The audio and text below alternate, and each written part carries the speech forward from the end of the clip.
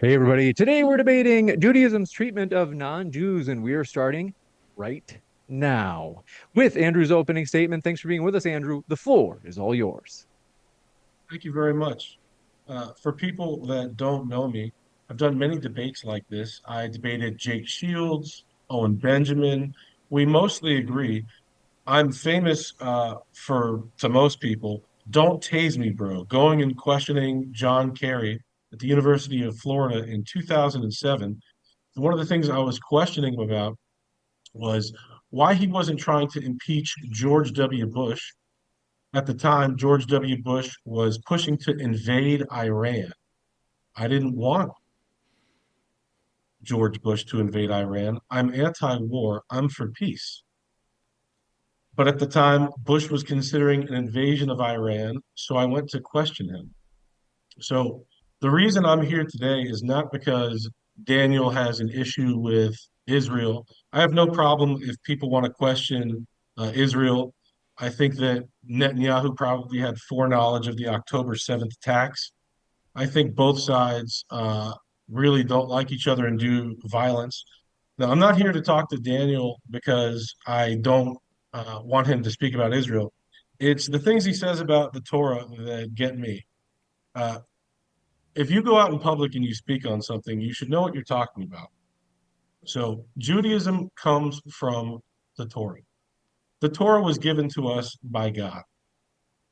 The Holy Temple in Jerusalem was designated as a place for prayer for all nations. That's in Isaiah. Solomon asked God to listen to the prayers of the Gentiles. That's in the book of Kings. The Talmud is not more authoritative than the Torah.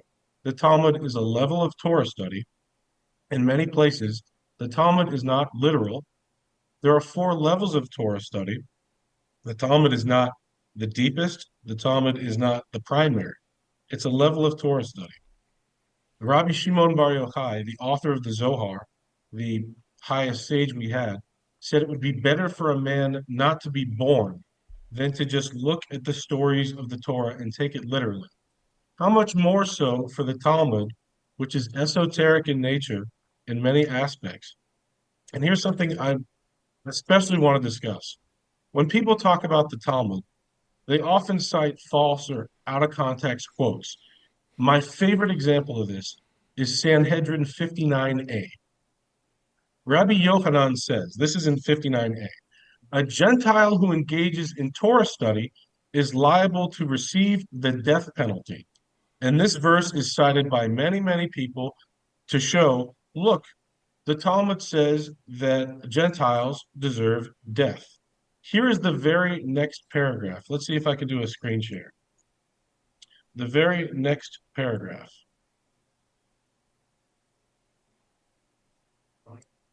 You got it ready for you. Yep. There it is. Look at the part that's highlighted. You have therefore learned that even a Gentile who engages in Torah study is considered like the high priest. So people will take the first part of the quote, says a Gentile who engages in Torah study is liable to receive death. That's one opinion from one rabbi. And then the next part says definitively a Gentile who engages in Torah study is considered like a high priest. So if you read the Torah, excuse me, if you read the Talmud and you think that pulling a quote out, oh, this is what it says, this is the law, it's not the case. Almost every single time, if you're quoting from the Talmud or from Mishneh Torah, which is a book written by Maimonides, you have to look at the context. This isn't a trick. This isn't some kind of trickery. In fact, you know what? I'm just going to scroll along to my own notes. This is easier for me. Forbidden to deceive Gentiles. This is what it says in the Talmud. Shmuel said, Shmuel is incredibly righteous. You can read about Shmuel in the Talmud. It is prohibited to deceive people, even to deceive a Gentile. There's a lot of quotes out there. My favorite one is from a book called Libre David, because Libre David doesn't exist. It's a fake quote that says we're allowed to deceive. There, you can look this up. It is prohibited to deceive people, even to deceive a Gentile. That's what it says in the Talmud. This is my favorite. This is my favorite ever. This is Rabbi Nachman of Breslov. This is the founder of the Hasidic movement, the Lubavitch Hasidic movement. He's the great grandson of the Baal Shem Tov, one of our holiest sages. Here is what he said, by the way, about any reference to Gentiles in the Talmud. The wise will understand on their own. This is the introduction of a book called Likutei Moharan. The wise will understand on their own that the Gentiles in whose lands we currently reside are not like those who were in the time of the sages of the Talmud. That means any reference to Gentiles in the Talmud, it cannot possibly be about Christians or Muslims. Those nations did not exist yet. I'll continue with the quote. The latter were idolaters who worshipped the stars in the constellation and were attached to all forms of abomination. They knew not God, nor recognized his holy words. But the nations of our day fear God and honor his Torah. That refers to Christians and Muslims. That refers to Christian and Muslim nations doing kindness and justice in their lands and charity with the Jews who take refuge under their wings. Heaven forbid that we should either say or write anything disrespectful about them. Thus, any reference to nations, Gentiles, and peoples of the world and the like refers only to those idolaters that lived in the time of the mission. Daniel, in a previous lecture he gave at a college in New York, he cited this passage from Kiddushin 72a that said, "Show me Ishmaelites. They are similar to demons of an outhouse." The Ishmaelites at that time did not have Islam. Islam was not created yet when this was said. Islam had not been created yet, so they were not following God. Daniel also cites Maimonides' work, Mishneh Torah. This is a quote that he pulled out in the same lecture. He said, when a Gentile engages with relations with a Jewish woman, if she is married, he should be executed. Actually, he left that part out. But in contrast, a Jewish male enters relations with a Gentile woman. When he does so intentionally, she should be executed. That's what he quoted. Here is the footnote right there next to Maimonides. No, the gloss of the Magid Mishneh, who questions the source for the Rambam's ruling. Rambam is Maimonides, arguing that the passage from Numbers cannot be interpreted as definitive truth. In fact, Daniel has said Maimonides is our greatest scholar, our greatest sage. I have an entire 10-volume set of books called Sefer Chinuch, where Nachmanides, who I consider and many consider a greater sage than Maimonides, the Ramban is what he's called. Maimonides is called the Rambam. It's 10 volumes of him correcting Maimonides in many, many aspects. So Maimonides is not definitive. There's an entire 10-volume set, Sefer Chinuch, that we study where Nachmanides is correcting things that Maimonides got wrong. In that same lecture, Rebbe Eliezer Castile, never even heard of this guy. Daniel said, he quoted him saying that Jews are going to take slaves. That's someone I've never even heard of. There are plenty of people that claim to be a rabbi, a pastor, an imam. They are not following the word of God. They're called false teachers. Here's an example. I don't know if this guy's a false teacher. Daniel can tell me. This guy is giving a lecture. He says that the infidel, meaning non-Muslims, has to give off his clothes, has to take off his clothes and give them to Muslims. I don't know if that's true. I would not say that that's true or say that that's from the Quran or say that's from the Hadiths because I don't know. I haven't looked into it. I'm not a Muslim scholar. I don't go around posting about Islam because I don't know much about it. But this is what an imam, I guess, probably calls himself an imam, has to say about it. That if you're not a Muslim, you have to take off your clothes and give them to a Muslim if he asks for them.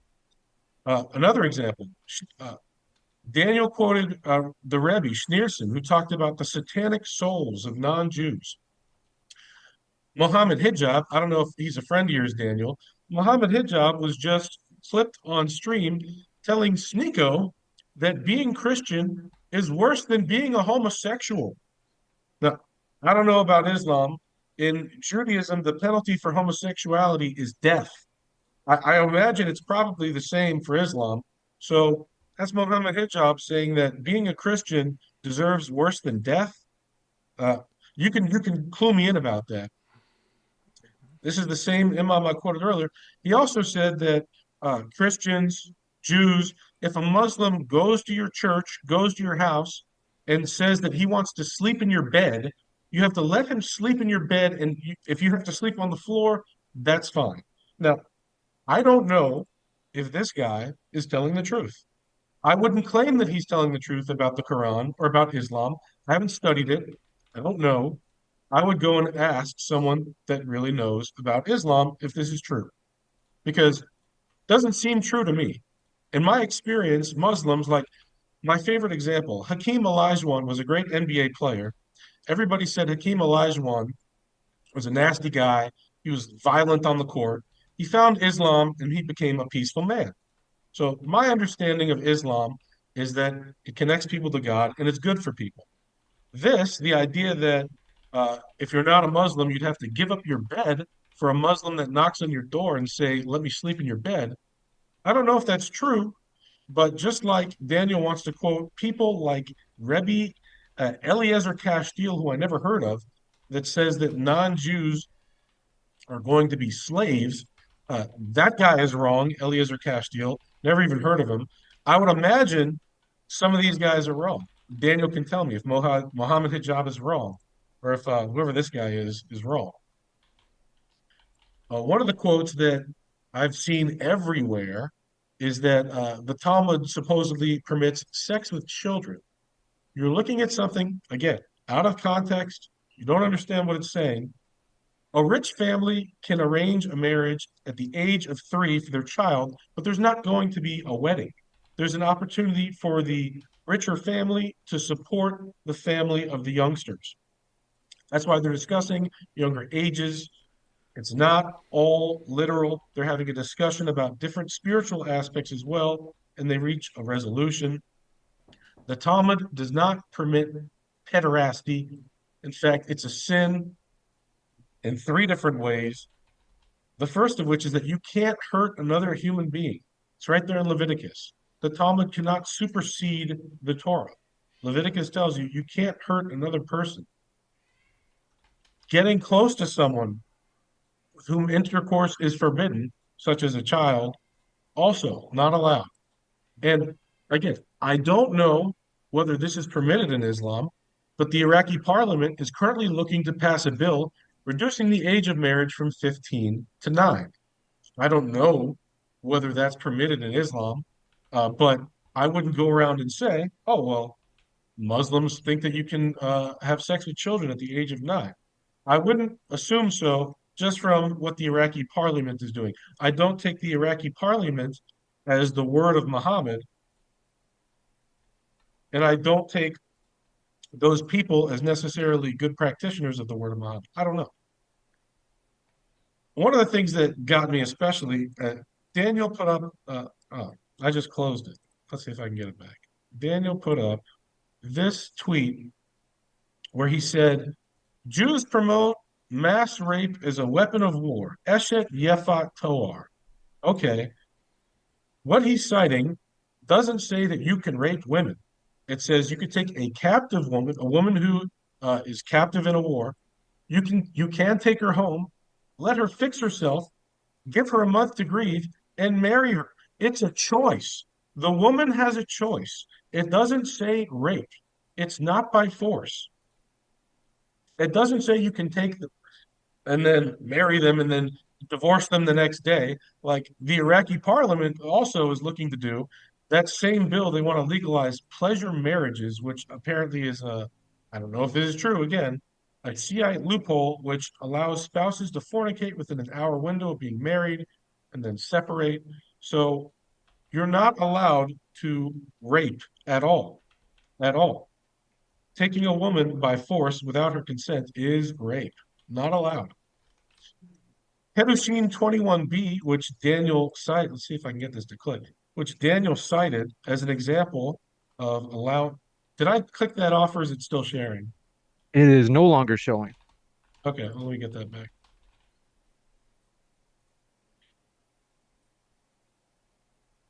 Now it is. Okay, I'm not great at all the button clicking. Okay, boom. Kedoshim 21b, which Daniel cited, it looks terrible. And then the next passage it says, "You shall bring her home into your house." It teaches that he should not pressure her to engage in sexual intercourse during the war. He should first take her into his home. So the past, just like earlier, I showed you the high priest. Oh, a Gentile deserves death. And then the next exact paragraph, it says a Gentile that studies Torah is like the high priest. What Daniel cited is wrong. The very next paragraph, it shows you you cannot pressure her into sexual intercourse. The very next paragraph. So Daniel is he found the worst thing he could find and then 30-second showed it to warning. everybody as this is the truth, but it's not the truth. I'm out of time. Yes. Okay, anyway, you could do the same thing for the same tweet that he cited for Mishneh Torah, Shulchan Aruch, Sanhedrin 54b, all of his citations. You just got to keep reading. And then some of them you need to understand more, but never ever does the Torah permit uh, bad behavior against somebody just because they're not a Jew. Go ahead, Daniel. You got it. Thank you very much for that opening statement. What we're going to do here, folks, is I'm first going to do a couple of housekeeping things for the channel. In particular, I want to let you know if it's your first time here at Modern Day Debate, I'm your host, James Coons. Want to let you know you are welcome no matter what walk of life you are from, Christian, Muslim, atheist, you name it. We're glad you are here. Hit that subscribe button for many debates coming up. With that, we're going to kick it over to Daniel for his opening as well. We do have a more structured format today, so we have 15-minute openings. And I just posted during the very first opening a poll on what you think on this particular topic. We're going to do a pre-debate poll and a post-debate poll. So vote now in the live chat. And with that, Daniel, the floor is all yours. Okay, hold on. I need to set up my timer. Sorry about that. No problem. And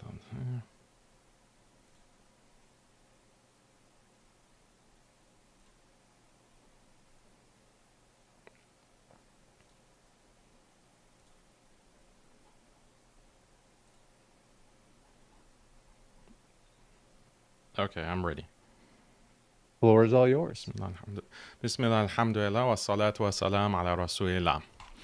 The Lancet, the top medical journal in the world, published research with the conservative estimate that 186,000 Palestinians have been murdered by Israel after October 7th. That's 8% of Gaza's population. This is the context of this debate that we cannot forget. The topic of this debate is Judaism's teachings on the treatment of non-Jews. Let's start with the mass protests in Israel 2 weeks ago. Jewish protesters were outraged that IDF soldiers were charged with a crime, despite the fact that the soldiers had been caught on tape gang raping and torturing Palestinian detainees. The Palestinian victim they gang raped had been sent to the hospital because the sexual assault was so violent that his rectum burst and he lost the ability to walk. The rape was so horrific that even Israel's greatest ally, the US, is calling for investigations. Meanwhile, Israel's finance minister called the rapists our heroic warriors, and another lawmaker said IDF soldiers should have the right to rape Palestinian prisoners whenever they want. A TV presenter on Israel's most watched news channel also passionately defended the right to rape. Let me emphasize, these Israeli figures don't think the soldiers are innocent. They know the soldiers engaged in brutal rape, but they assert that brutal rape of Palestinians shouldn't be considered a crime. As one Jewish Twitter user explains, according to Jewish law, raping a non-Jewish woman doesn't even count as rape. Let me be clear. Many Jews reject such Jewish supremacism. Even my debate opponent today, Andrew, rejects all this, as do many American Jews. Sadly, Israeli Jews are a different story. In Israel, many Jews believe in racial superiority over Arabs and use this to justify unspeakable atrocities. Where does this Jewish supremacism come from? either from Jewish religious texts directly or from Jewish cultural values influenced by religious texts. Let's look at those texts. My presentation has 3 sections. 1, the lack of punishment for raping and murdering non-Jews. 2, exploitation and cheating of non-Jews. And 3, the law of Masira. Oh, sorry, James. I realized that we didn't share the screen. Correct. Hold on. We didn't share the screen in the... hold on, let me share it now. Better? You got it. All set. I just have to upload or update the little picture in the bottom right. Sure, so no that problem. way it shows you instead of Andrew. Floor is all yours. Okay, sorry. Back to the presentation. 1 second.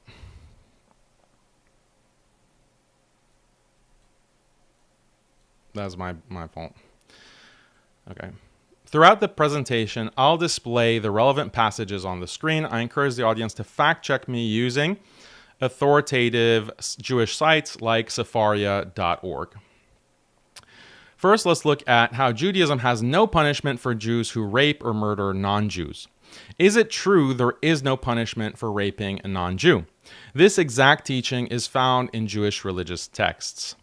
The 2 most authoritative texts on Jewish law are Mishnah Torah by Maimonides and Shulchan Aruch by Joseph Caro.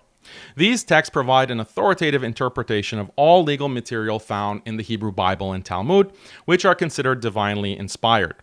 If you want to read this passage in the Mishnah Torah, just pause the video now. But to summarize, according to Jewish law, only Jews are human beings. Non-Jews have little value and are even considered animals. Therefore, sex with a non-Jew is forbidden because it's like bestiality.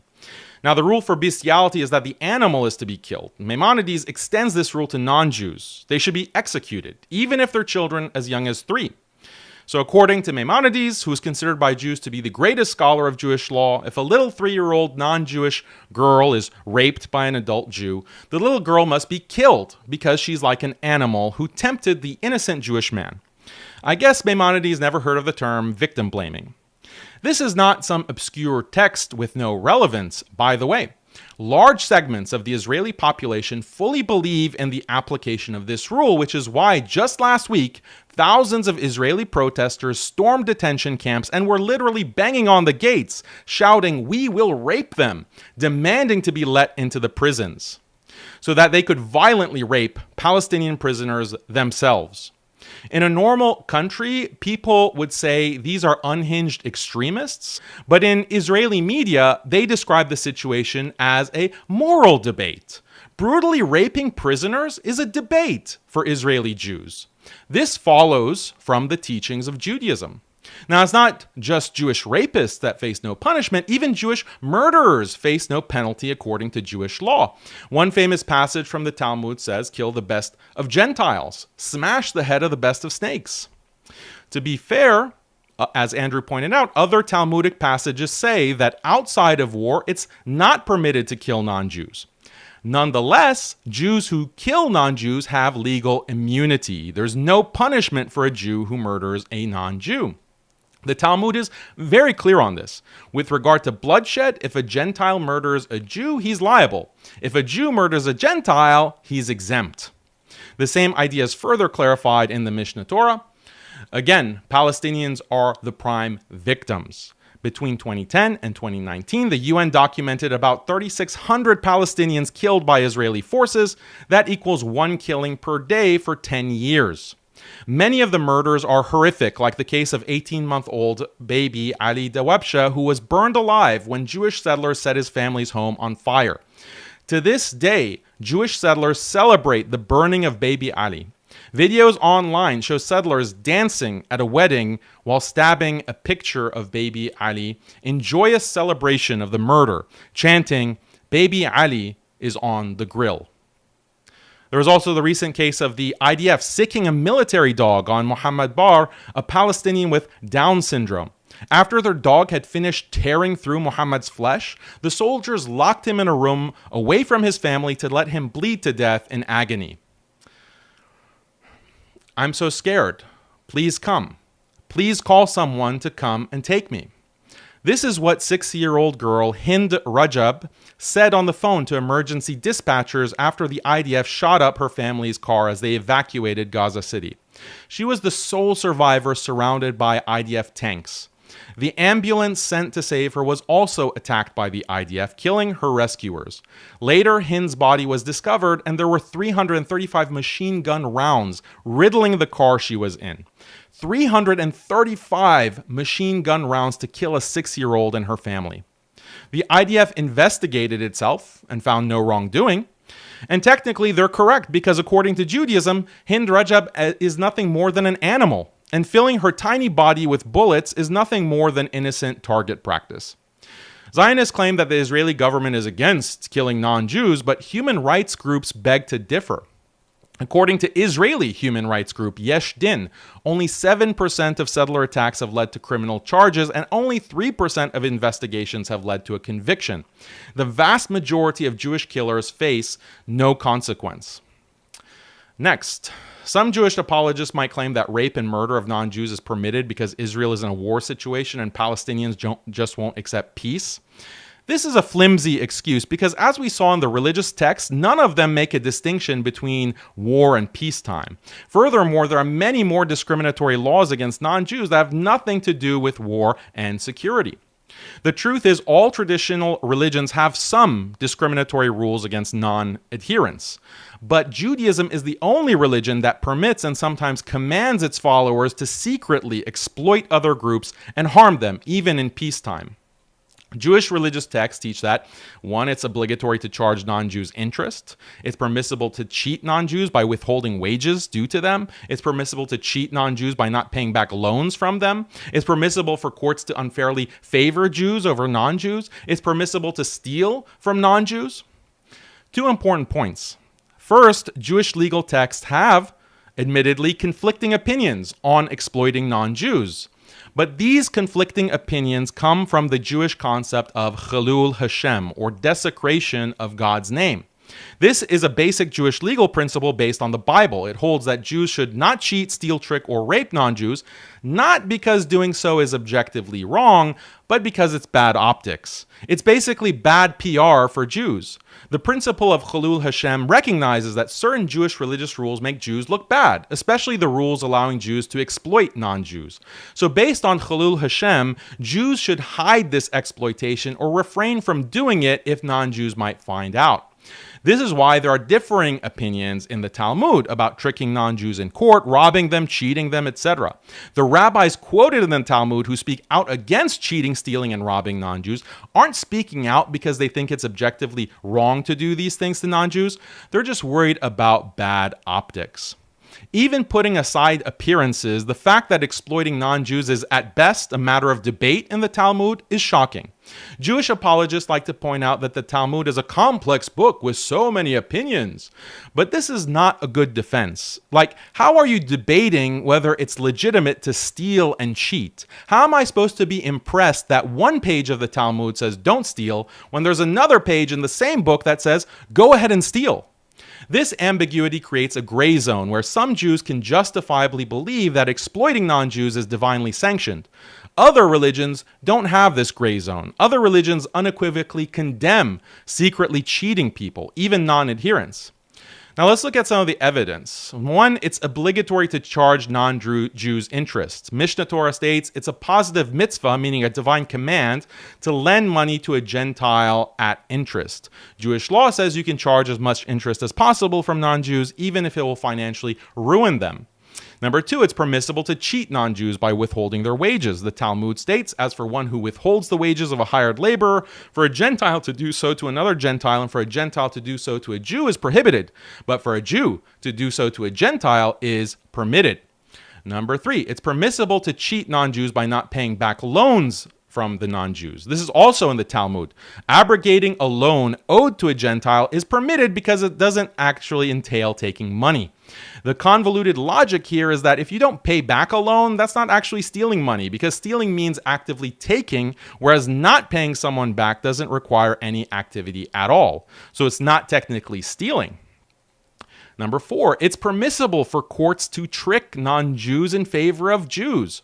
Here, the Talmud mentions the rabbis disagreeing, right? There's a disagreement. You can read the passage on the slide, but basically Jewish judges should try to find some excuse to make sure the Jew wins the case over the non-Jew.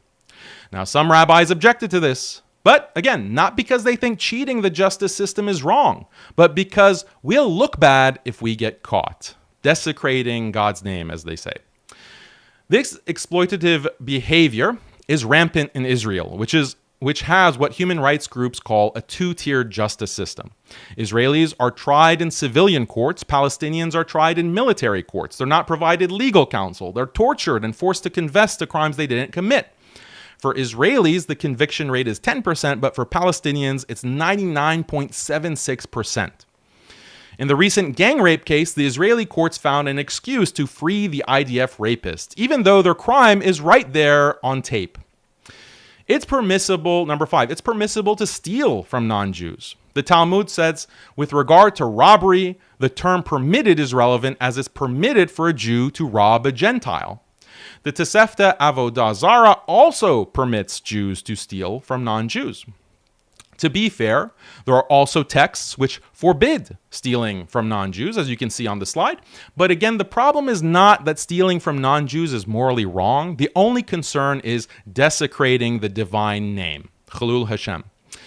Every day, Palestinians are victimized by the Talmudic permission to steal from non-Jews. Every day, highly religious settlers steal Palestinian land by expanding settlements, which are illegal according to international law. The shocking level of theft was on full display several years ago in a viral video where a Jewish man steals an old Palestinian woman's home. The Jew justifies his theft and brazenly states, "If I don't steal it, someone else will." This theft is allowed according to his religion. As we've seen, Jewish texts have many statements endorsing criminal exploitation of non-Jews. The only loose ends are Jewish whistleblowers who could expose this exploitation. Judaism is unique in that it has a law against snitching to non-Jewish authorities. This is known as Masira, and the Jew who engages in such snitching is known as the Moser. Masira is one of the greatest sins in Judaism. It warrants the death penalty, even if the crime being reported is small. The death penalty can be carried out by any Jew without a court order, so basically vigilante justice. The law against Masira applies whether the crime targets Jews or non-Jews. However, Masira is most relevant to crimes against non-Jews. Examples are theft, tax evasion, sexual abuse, smuggling, drug dealing, loan sharking, etc. To be fair, some rabbis make exceptions to the law of Masira for the most extreme violent crimes, especially when the victims are other Jews. The law against Masira is based on the Talmud. A more extensive discussion of the law against Masira is given in the Mishnah Torah. It is forbidden to turn a Jew over into the hands of a heathen, whether physically or financially, even if he happens to be wicked and sinful. An informer may be slain anywhere. As soon as he says that he's about to inform against an individual or his property, even a small amount of money, he has surrendered himself to death. It is a religious duty to slay him. Whoever hastens to kill him attains merit. Again, in the IDF rape torture case, Israeli officials are raging angry, not because of the rape. As we saw, they want to make raping Palestinians an official policy. No, what they're angry about is that someone leaked the video proof. The raping and torturing is not the crime. The crime is revealing the raping and torturing to the world. Well, James, didn't Andrew said I can take the time that I need? It's just 50 seconds over. If you have 50 it's seconds just like on your three clock, more. It's just a few more sentences. Just please let me finish, James. When you combine all these Judaic laws, you create a criminal society, an apartheid, genocidal state that secretly cheats, steals, rapes, and murders non-Jews with impunity and considers all of that to be holy before God. This is why Israeli society is led by a literal war criminal who defiantly claims that the laws of non-Jews don't apply to him. This is why the leaders of Israel openly say they think it's morally justifiable to starve to death 2 million Palestinians, but non-Jews won't let us do it. This is why Israeli Jews gleefully celebrate the massacres of Palestinian children as a religious holiday. Is it anti-Semitic to point out how sick this society is? If I were to say that Jews are like this because of their genetics, yes, that would be anti-Semitic. But I don't believe that. Because it's not some biological Jewish nature at fault here. The problem is Jewish religious teachings. And this is the challenge my debate opponent has today. If he claims that it's not the religious teachings, then what is his explanation for the horrific behavior we see in Israel? Where is the nightmare coming from?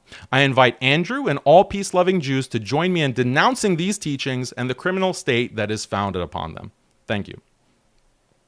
Thank you very much for that opening as well. We're going to kick it into the rebuttal. So as mentioned, it's a little bit more structured today, folks. Do want to mention that live chat poll is still here at the Modern Day Debate live chat. If you want to check into the pre-debate poll and let us know your thoughts on this particular topic, as well as we're going to have a Q&A at the end. If you have any questions, feel free to submit them in the Modern Day Debate live chat with @Modern Day Debate, or if you use a super chat, it pushes your question to the top. Mother father. I was muted that whole time. Thanks for your patience, folks. I was muted there for about 30 seconds. Long story short, we are going to jump into the rebuttals, but first, a couple of housekeeping things. First, if you happen to have a question for the Q&A, do submit that in the Modern Day Debate live chat by tagging me with @Modern Day Debate, or a super chat will push your question to the top of the list for the Q&A. With that, thank you very much. Andrew, the floor is all yours for your 7-minute rebuttal. Okay. I know Daniel had to have been thinking to himself when he's citing Maimonides or citing some things that I already rebutted before he even spoke. So that must have been interesting for him to continue, even though I already nailed it on those things. But we can do it again one more time. Let's do a screen share. Boom. Okay, what Daniel got wrong. This is one of my favorite quotes. So he quoted it right there from Rabbi Shimon Bar Yochai. It says, "Kill the best of the Gentiles." If you look it up, that quote correctly translated says heathens. It doesn't say Gentiles, it says heathens. And just like I read to you before you started, the wise will understand on their own that the Gentiles in whose lands we currently reside are not like those who were in the time of the sages of the Talmud. This is from Rebbe Nachman. This is the founder of the Hasidic movement. You can't say that this is what it says about what they can do to us. You're not the Gentiles from the Talmud because you're not the heathens of the Talmud.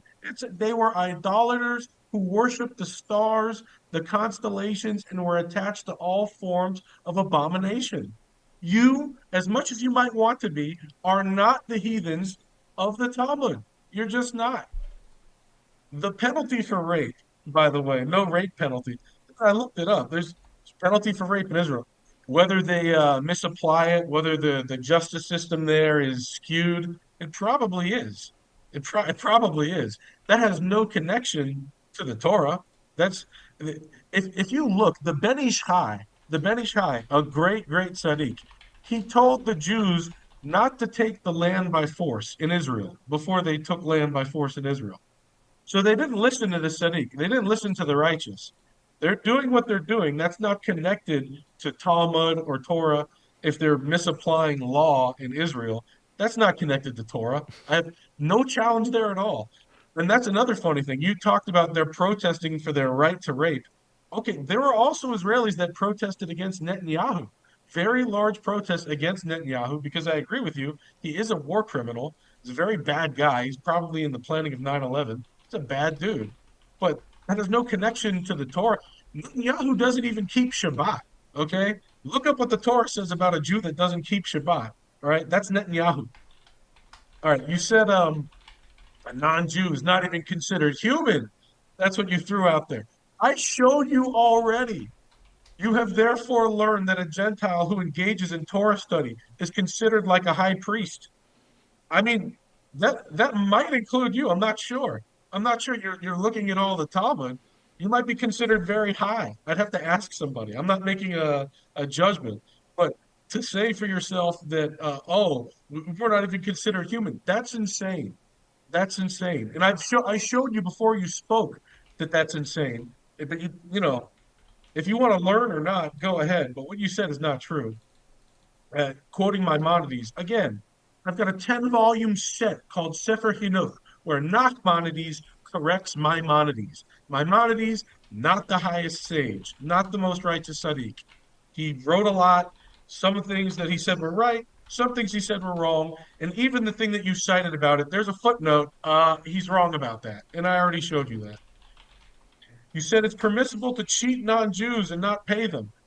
Just looking it up real quick. The obligation to pay workers on time, and I've run across that before, and you can look it up. Required. And with my employees, I make sure I pay immediately because we're required.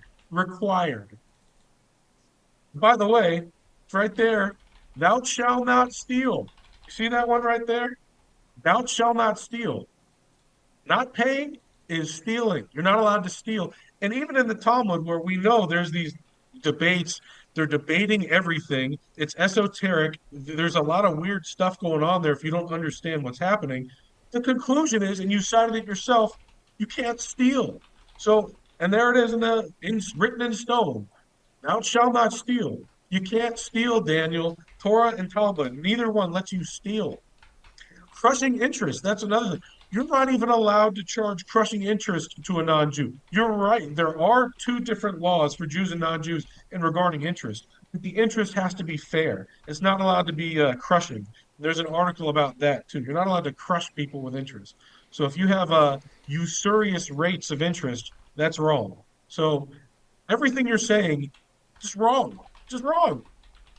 Which is why I wanted to do this debate. You don't know what you're talking about. And, going forward, I hope that you learn and, figure some of this stuff out. But you've said so many things that are not true. I looked up some of the other statements you've made before. I saw, this is a quote from you, from Daniel. I don't know how to say your last name. Great, great Jewish first name. I told you, I love the name Daniel. You can convert, but you won't have the same status as an ethnic Jew. That's what you said, Daniel. I was taught Jewish converts have the highest souls. And according to the Ari, and what a fortuitous day, this is the Yort site of the Ari, one of our highest tzaddiks right now, the Ari HaKadosh, Rav Yitzhak Luria, he said, Jewish converts can even host the souls of tzaddikim as a perfect merkava. It's a perfect vessel, a perfect chariot. That's how righteous the converts are. And you said you won't have the same status as an ethnic Jew. Wrong. Totally wrong. The Talmud lists many mitzvot that obligate us to treat Jewish converts with exemplary behavior. Exemplary. So you're wrong. You called the Talmud the most important source of Jewish law. Wrong. That's the Torah, which prescribes the holidays, kosher laws, Shabbat, etc. You don't know what you're talking about. They don't go around and talk about the Quran says this and the Quran says that. I don't know. I haven't studied it. I would assume that you study the Quran way more than you study the Torah, because if you study the Quran as little as you study the Torah and the Talmud, you wouldn't know your own book at all. You must know the Quran much more than this, because you don't know the Torah. You should speak about the Quran. You should teach people wisdom from the Quran. You should not speak about the Torah. You don't know what you're talking about at all. This is another one I've heard. You tweeted that Jews believe in many gods, that there was let's see if I can pull this up real quick, that there was old stuff in the Torah that we deleted that said that we believed in many gods at one point. This deep, polyistic material in the Torah, brother, this is what it says. 10 Commandments. Thou shalt have no other gods before me. There's no polytheism in Judaism. And I know in this tweet, you were trying to give credit to Islam as if Islam started monotheism. It just didn't. It just didn't. The Torah came first, and then the Christians, and then the Muslims. You didn't start monotheism. You can't take credit for it. A guy named Abraham, the father of Ishmael, who his descendant, Muhammad, gave you Islam. We're all sons of Abraham, but you can't take credit for monotheism. Abraham is the man. Let's see if I had anything else I really wanted to talk. Oh, yeah. I hear that Muslims have great respect for Jesus. You can express that if you like. Jesus said that he didn't come to change the law. So if you claim that we were polytheistic before Islam, Jesus said that he didn't come to change the law. And correct me if I'm wrong, the Quran has great respect for Jesus. So I don't think Jesus was polytheistic, and he 30 didn't seconds. come and say that there was a polytheism in the Torah or in anything that we were doing. So you got a lot. I got more. there's a lot that you say that you do not know what you're talking about. We'll jump into the next rebuttal, which is from Daniel. This will also be 7 minutes. If you haven't yet, folks, hit that like button if you're enjoying this debate, which, hey, if you're here, you probably do. So thanks for your support. And with that, Daniel, floor is all yours. I need to share my screen again, James. You got it. Ready for you.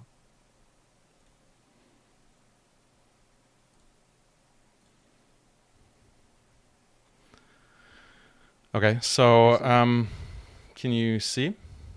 Yes. Let me fix my own screen now. Okay, so there was not really a response to much of what my opening statement says. It seems like Andrew wants to just go and interrogate every single debate and presentation that I have. But I'm going to focus on the points that he actually raised and the points that I raised in this debate. So I said there's no legal punishment for murder of non-Jews. He didn't have a response to this. He just says that, oh, kill best of Gentiles means heathens. So it's not actually referring to people who are Gentiles today. Okay, but what about the legal punishment? So you as a Jew can kill a non-Jew. And according to Maimonides, according to the Jewish majority of the Jewish scholars, all the Jewish scholars and the sages, there is no legal punishment for killing a non-Jew. Now, this is not the same in Islam. It's not the same in any other religion, basically. This is something unique to Judaism. You didn't respond to that. Now, you're citing a lot of modern rabbis. Like, this is a typical Jewish apologetic. You cite rabbis from the past 300 years. They're influenced by Islam, or they've been influenced by Europe and the Enlightenment. If people note, a lot of the names that you cited were not even the earliest authorities, the earliest rabbis in the Talmudic period. This is a typical Jewish apologetic. The other thing, I acknowledged in many of the claims that I made about Jews being allowed to cheat non-Jews, to steal from them, not give them their wages, not pay back their loans, etc., that there are, within even the Talmud itself, you find differing opinions, but it's just on the basis of Chilul Hashem. We don't want bad PR for Jews because that actually negatively affects us as Jews. So he didn't respond to that, or Chilul Hashem. He just said that, oh, Daniel doesn't know the Talmud because look at this opinion. Yeah, I know that. I acknowledge that in the debate. I acknowledge that in the opening statement, rather. So it's easy. A lot of religions do this. I don't do this. I don't cherry pick the most liberal, the most, enlightenment-friendly verses and opinions, and then say, oh, see, this is the religion, everyone, this is Judaism. That's dishonest. You have to explain the statements in the Talmud that say the exact opposite. And I acknowledge that in the opening statement, that when you have both sides, like, oh, you can steal and oh, you can't steal, then that creates a gray zone of ambiguity, and you have many Jews today who take the worst interpretations. That's why I cited Israeli society. That's why I cited all of the crimes being committed in Israel against non-Jews, against Palestinians. And many Americans, unfortunately, support the Israeli state. So they have to come to terms with what is causing this shocking behavior that we see within the state of Israel. And it's not all related to wartime. It's not all related to security issues. So you also didn't address Masira. You quote, like, thou shalt not steal. Is this a joke? Like, all of the rabbis interpret this, or not all, I shouldn't say all, many interpret this as thou shalt not steal from Jews. Because guess what? The Talmud says you can steal in certain circumstances. So to reconcile this contradiction between Torah and Talmud, they say, well, thou shalt not steal is referring to Jews only, Jews stealing from non-Jews. You're claiming that the Torah is more important than the Talmud, not according to many Jewish authorities. The teachings of the Talmud stand above all other laws. They are more important than the laws of Moses, says Rabbi Ismail, Rabbi Chamber, etc. Rabbi Chamber. The decisions of the Talmud are the words of the living God. Jehovah himself asks the opinion of the earthly rabbis when there are difficult affairs in heaven. Rabbi Menachem, commentary on 5th book, Jehovah himself studies the Talmud standing. He has such respect for that book. It's more wicked to question the words of the rabbis than that of the Torah. It goes back to the doctrine of the Torah is not in heaven, the oven of Achnai, which is also mentioned in the Talmud. So these are things that my audience will be familiar with, and I've discussed many times. The Talmud is at the same level, if not higher, than the Torah, according to very authoritative rabbis. Now, Andrew said in his opening that this is the biggest example of a misconception that Gentiles deserve death if they study the Torah. Well, this is what Sanhedrin 59a says. It says, a Gentile who engages in Torah study is liable to receive the death penalty.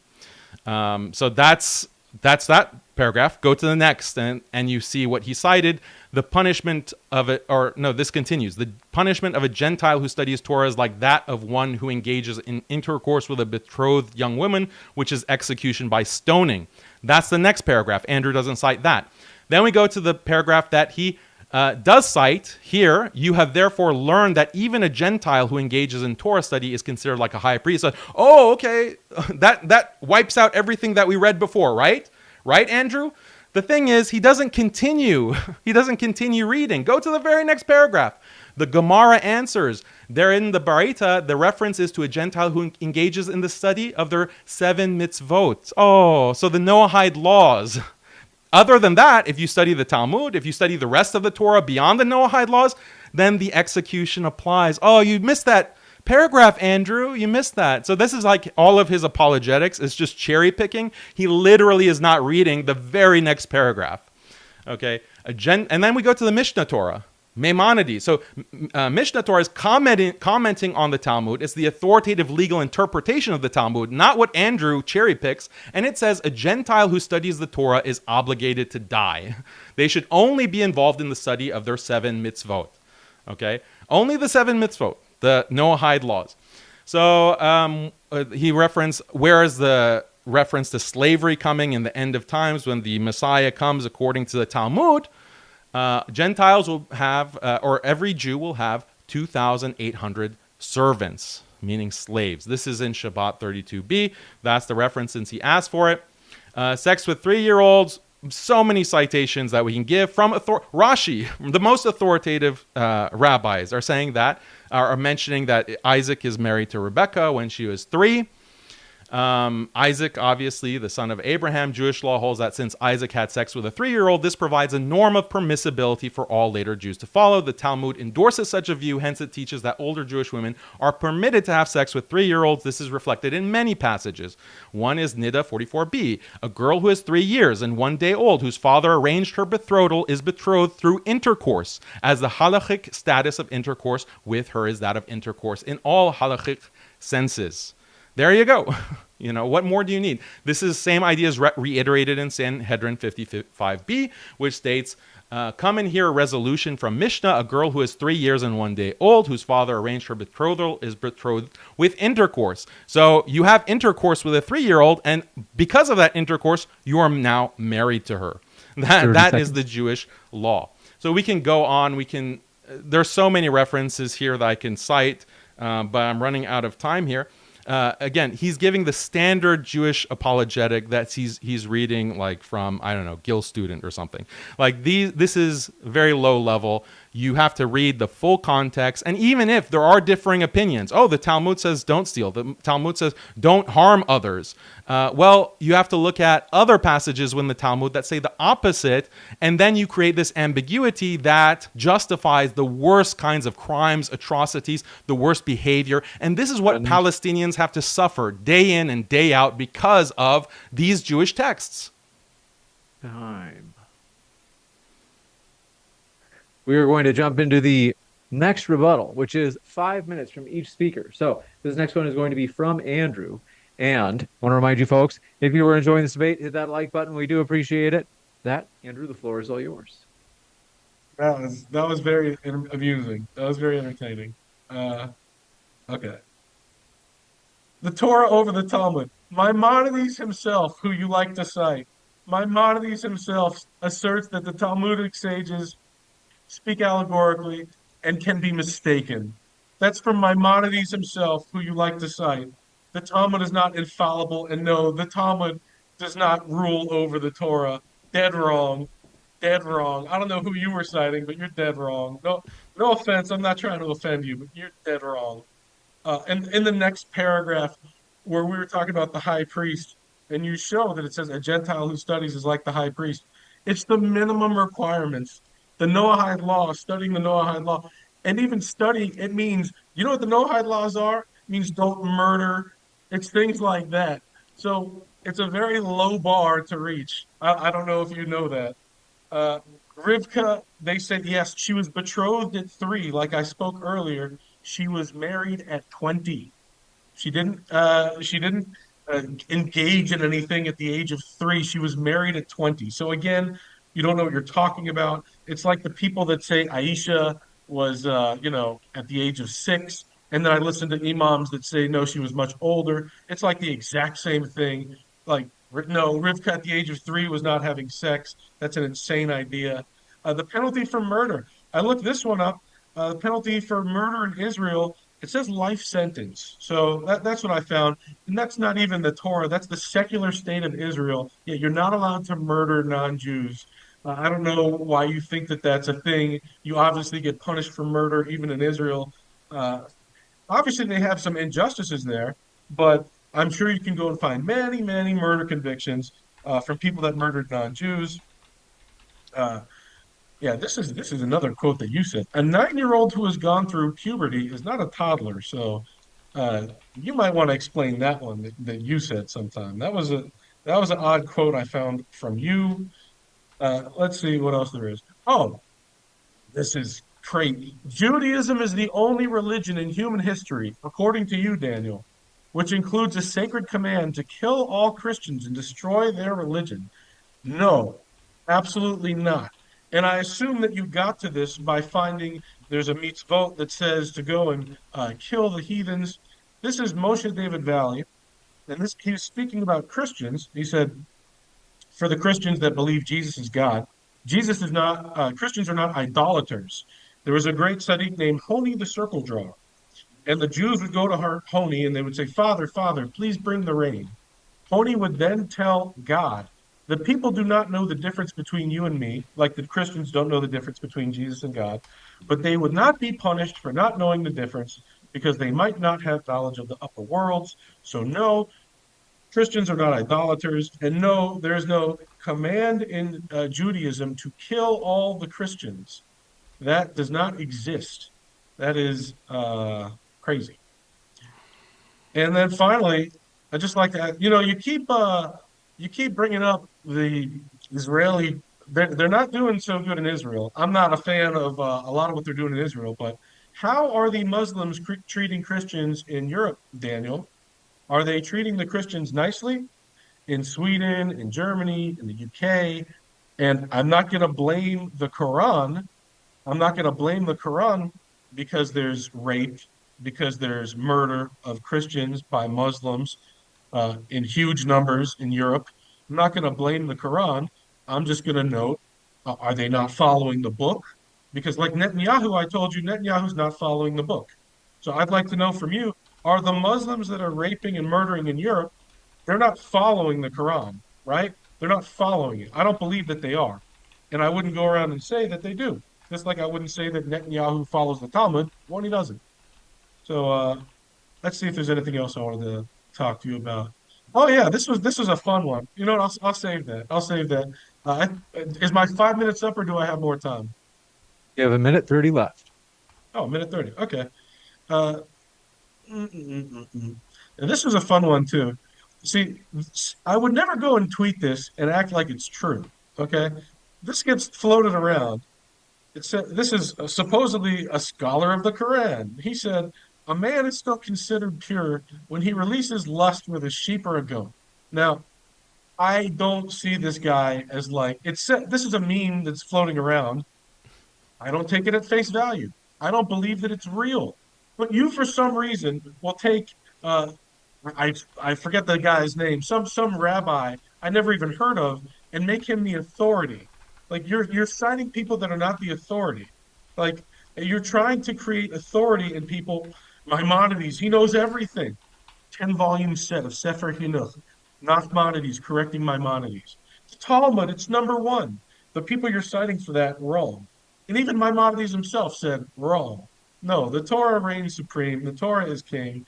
And this was a lot of fun. I hope that people learn from this. And I think there should be more debates like this. That was good. You got it. We'll kick it over to Daniel for his 5 minute rebuttal as well. Daniel, the floor is yours for 5 minutes. Can I share my screen? Yeah, you bet. I forgot to mention, Andrew, if you're able to once you're done sharing, I can do it on my end as well. Let's see. Stop sharing. Okay. And You're better. then You're better at the buttons than me. no problemo. We're ready for you, Daniel. And let me just adjust the little picture here. Folks, if you haven't noticed, we have many people in live chat. Do get your live chat questions in early, as we expect to have a number of them. And with that, thank you very much. Daniel, floor is all yours. Yeah, so again, I cited NIDA 44b, that the marriage happens through the intercourse, and it can happen through, or the marriage happens through intercourse. It can happen as young as 3 years old.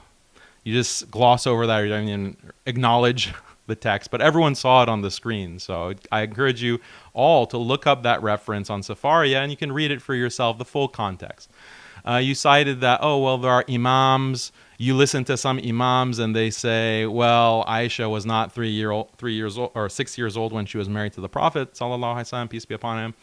I agree. There are apologists who are distorting Islam. I agree. I'm the one who says that, well, all of the Islamic texts, the authoritative Islamic texts, like the Hadith, say that she was 6. And she was married at 6, and then the marriage was consummated at 9 years old. I defend that. I have debates literally on that topic. What you're citing is like these imams, like your approach, the apologetic approach of saying, oh, no, there's someone from the 19th century who says that's wrong. Like that kind of dishonest approach. Yeah, those imams who follow like that kind of model, like you, yeah, I disagree with them. I think that they are just as dishonest and they're just as distorting of the religion as you are when it comes to Judaism. Now you make this kind of smear against Muslims in Europe that they're going around and they're raping and they're murdering. So what? These are immigrants, whatever, even if it's true what you're saying. I'm citing your texts, your religious texts. I'm citing your highest authorities. Yeah, I didn't say Maimonides is considered infallible, but he's considered to be the greatest legal or scholar of Jewish law, correct? Dispute that. Is he making like such a big mistake as saying that, yeah, if an adult Jew has sex with a 3-year-old non-Jew, then you kill the non-Jewish girl? Did you address that? I showed the black and white what Maimonides says. So if you want to denounce Maimonides, don't just say, oh, he's not he's fallible. Okay, I knew that already. But denounce him as a vile, disgusting, degenerate, immoral. I want to hear those words from you, Andrew. If you're as shocked as the rest of us about what Maimonides says about non-Jews being raped at 3 years old. You're citing memes of Zakir Naik as like what Islam says or what Islam determines. I'm citing Maimonides. I'm citing the Mishnah Torah. I'm citing Joseph Caro. I'm citing Rashi. Like that's the difference between what I'm doing in this debate and what you are doing in this debate. The issue about Yafat Tuar. So this is the captives. Like you're denying, again, very clear texts that say when the captive is taken, the Yafat Tuar is the beautiful Gentile that is taken from the battlefield. And you are, again, simplifying what the Mishnah Torah says. She is taken captive, meaning she is forced to be in the house. She is forced to shave her head, for example. She is forced into that situation. It's not how you described it in the most apologetic way. Now, I agree, or I will admit that in Islam we do have concubinage. In Christianity, there is also a history of concubinage. There's important differences, of course, but this is something universal, and I've pointed this out in many debates. But you're engaging in the same kind of apologetics that like liberal Muslims or liberal Hindus or these people who are dishonest, they distort the text, they change the text in order to appeal to a liberal, modern, feminist audience. That's dishonest. Look at what the actual authorities said 800 years ago, 1,000 years ago, 1,400 years ago, before the Enlightenment, before this modern feminist hegemony that has distorted all religions and bent them in favor of its values. Look at what the previous pre-modern scholars said, and it says very clearly in Judaism, we find the most shocking things. As I described, which you have rebutted none of them, literally none. You still haven't talked about Masira and the Moser. Did you miss that part? That was like 1/3 of my presentation. Maybe you didn't see that on Gill Student, and that's why you have no response. Maybe do some searches right now. But law of Masira is shocking. This encourages criminal conspiracy. If a Jew commits a crime, a major crime, even, sexual assault, abuse, anything like that, if another Jew reports it, that Jew who is reporting it, whistleblowing it, deserves death. According to the Talmud, according to Maimonides. So if you want to say, don't just say, oh, Maimonides is fallible. No, denounce Maimonides. Denounce the Talmud. Don't say, oh, the Talmud is not infallible. Denounce the Talmud. Say it's disgusting. These verses or these passages that Daniel you're citing, they're disgusting. I find them vile. That's what we need to hear from you, Andrew. Not, this kind of apologetic that tries to preserve the honor or the dignity of the rabbinic tradition. No, it needs to be thrown under the bus. It needs to be denounced, because guess what? There are so many Jews, unfortunately, not you, I understand that, who are taking that as God's word. We'll jump into the open dialogue. Thank you very much, gentlemen, for those rebuttals. And thanks very much, folks, for your questions, for the Q&A at the end. With that, Andrew and Daniel, the floor is all yours for that open dialogue. How much time? I just got to that last bit of stuff. Nobody I'm citing is a feminist. That's a weird take. I'm not citing feminists. My citations in Judaism, Nachmanides over Maimonides. Feminism wasn't even created as a movement yet. I don't know what you're talking about. If you're saying that I'm citing some meme in Islam, yes, I didn't claim to have any knowledge of Islam. You're claiming to have knowledge of Judaism, and my citations are superior to yours. Again, you don't know what you're talking about. No offense. What does Nachmanides say about a Jew who kills a non-Jew? I didn't interrupt you one time. There's a 10-volume. Yeah, because those are the time sections. This is open dialogue. Like, you can't just give a monologue now. You made a point, and I'm responding to it. You can't just go off. I still don't intend to. You made a point, and I'm responding. Where does Nachmanides denounce the sex with 3-year-olds? I get it. Where? You got to interrupt. I get it. You got to interrupt. I get it. Nachmanides, there's a 10-volume set called Sefer Hinuch where he corrects Maimonides on many things. And in the exact quote that you cited from Maimonides, I showed people in Sepharia where there's a footnote saying that he's wrong.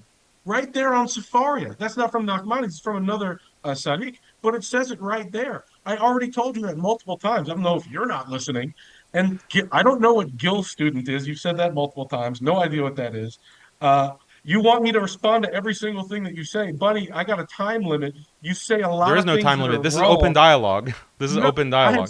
I had a 15-minute, a 7-minute, and a 5-minute. I can't respond to everything that you say wrong. If we're responding to everything you've said wrong on the internet, we'd be here all day. I don't have time. You don't have to. You have to respond to what I've said in the debate.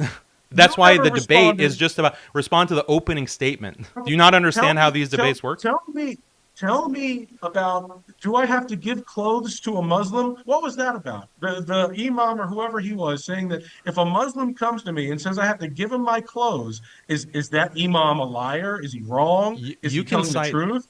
Can I answer now? Yeah. You can cite, as I said, you can cite people, imams that have said different things that, whatever, I'll find objectionable. But the point is, you have to cite authoritative texts that back up what those imams say. So that's why I didn't just find any random rabbi and say, oh, look at what this rabbi says. Yeah, I cited Rabbi Keshtiel in another presentation. Yes. Rabbi Keshtiel is the head rabbi of B'nai David, the top yeshiva in Israel. Okay, fine. You don't care what Rabbi Keshtiel says, but right. I didn't even include it in this debate. That's why I didn't even include that in this debate. I'm citing Maimonides, Joseph Caro, Nachmanides. Okay, he disagrees with Maimonides. So what? I acknowledge that. But that doesn't mean that what Maimonides is saying shouldn't be denounced. Shouldn't be seen as something vile. Why is Maimonides still seen as a great scholar by Jews? Why don't they just say, this is a vile, disgusting person? Why do we care at all what he says? That's not what Nachmanides says. Nachmanides gives due respect to Maimonides. And so do you, and so do other Jews. Why? When he's saying that there's no legal punishment for a Jew murdering a non-Jew. If a Jew rapes a 3-year-old, you kill the 3-year-old non-Jew. Like, why isn't that denounced, I wonder, by you? You're refusing to denounce it in this debate. Can you do that for us? 2 minutes. Yeah. You say that, oh, I only cited great people. And then I point out, Rabbi, I don't even know his name. Thanks for your unity. Kestiel. Oh, but I only did that in a different debate. I didn't do it here because I knew you would call me on it. So when I do it somewhere else, it's okay. When I'm here against you, and you know that what I'm saying is citing some guy and not citing some actual Sadiq, oh, then it's okay. So yes, when I cited that imam, I don't know who he is, but you didn't answer to it. Is it is it If you don't know correct? who it is, how can Is I it know what is correct? was the citation? I've never No, heard of but this. you know your religion, don't you? No, Tell a me. Muslim. Is it Here, I'll show you the citation. Here, you want to know a response? yes, I'll read you. do I have to give you my clothing? No, here, let me read you the hadith on this issue. Hold on a second. Let me just. I have it on the Thank slide. you. I'd like to learn something, please. Okay. First of all, it's obligatory to pay back loans. You want me to share the screen so it's easier to see? Yeah, go for it. Okay. And I also apologize for interrupting you. I will not do that again. Okay. Hold on. Yeah, so this is a hadith from Sahih Bukhari, our most authoritative hadith collection. And this is narrated by Jabir ibn Abdullah. When my father died, he owed a Jew 30 pounds of dates. I requested him to give me respite for repaying, but he refused. I requested Allah's Messenger, ﷺ, the Prophet, to intercede with the Jew. Allah's Messenger ﷺ went to the Jew and asked him to accept the fruits of my trees in place of the debt, but the Jew said no. Allah's apostle, the Prophet ﷺ, entered the garden of the date palms, wandering among the trees, and ordered me, saying, pluck the fruits and give him his due. So you have to pay back. You can't just steal a non-Muslim's property. Another hadith, it's whoever kills a person protected by a treaty, meaning like peace treaty, like a non-Muslim from another land, will never smell the fragrance of paradise. Its fragrance can be found a distance of 40 years of travel. This is also in Bukhari, authoritative hadith. So you can't kill, you can't take a loan and then not pay it back. You can't cheat. If anyone wrongs a person protected by a covenant, violates his rights, burdens him with more work than he's able to do, or takes something from him without his consent, then I will be his advocate on the day of resurrection. Also, another authoritative hadith collection. So covenant, a person protected by a covenant means a non-Muslim, but it's like from a land where there's a peace treaty. He's coming. He has permission to be in Darul Islam, in the land of Islam, and he's working or he's trading. He's a merchant. He's a business person. He cannot. His rights cannot be violated. You can't take the clothes off of his back. So if a random imam says that, oh, if a Muslim asks a non-Muslim or demands to take his shirt, you have to give it to the non-Muslim has to give it to him. This is something I've never heard before, and I'm not an apologetic person. You know, I'm someone who defends marriage to minors. So I'm not an apologetic. I'm a person who defends slavery in Islam. In my previous, I'm not an apologetic person. But what you're describing is false. Non-Muslims have rights under hardcore Sharia Islamic law, and whoever does not give them their rights. In this hadith, you're seeing the Prophet, peace be upon him, basically cursing that person. You won't smell the fragrance of paradise. A Muslim, you won't smell the fragrance of paradise for violating the rights of a non-Muslim. Now compare that to the Jewish texts like the Talmud that I cited. Well, I think that what you just said is what I expected. I expected that if you actually study the words of Muhammad, like our faiths are very, very similar. Every time that I look into it, I find that they're very, very similar. So, your misunderstanding of the Talmud aside, when you get to those parts of the Talmud that you acknowledge that say we're not allowed to steal, that is the conclusion and that is what is correct. The fact that there's 73 volumes of the Talmud, that like if I had to get the whole set of the Talmud, it's 73 volumes. There's a lot of stuff in there, and they're thinking about everything in the universe, and they're doing thought experiments. They're doing things that are very deep and esoteric. It's not all literal. So if you're reading the Talmud and you're expecting to get to like, oh, it's this. No, it's all of this big thing, and the conclusion is not usually the little thing that's clipped out. But I appreciate you teaching me some Islam, because that is what I expect. Our faiths both, they go to God. God doesn't allow you to hurt other people.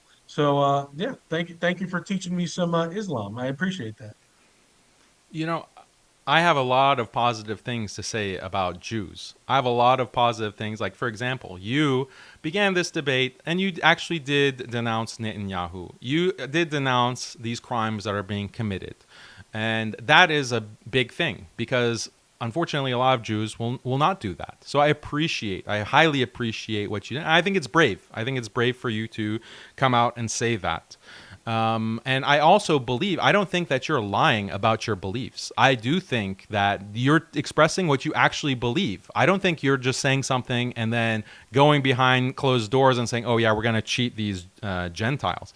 I don't think that's you. I don't think that's many Jews in America. That being said, the problem is this is where Islam and Judaism differ.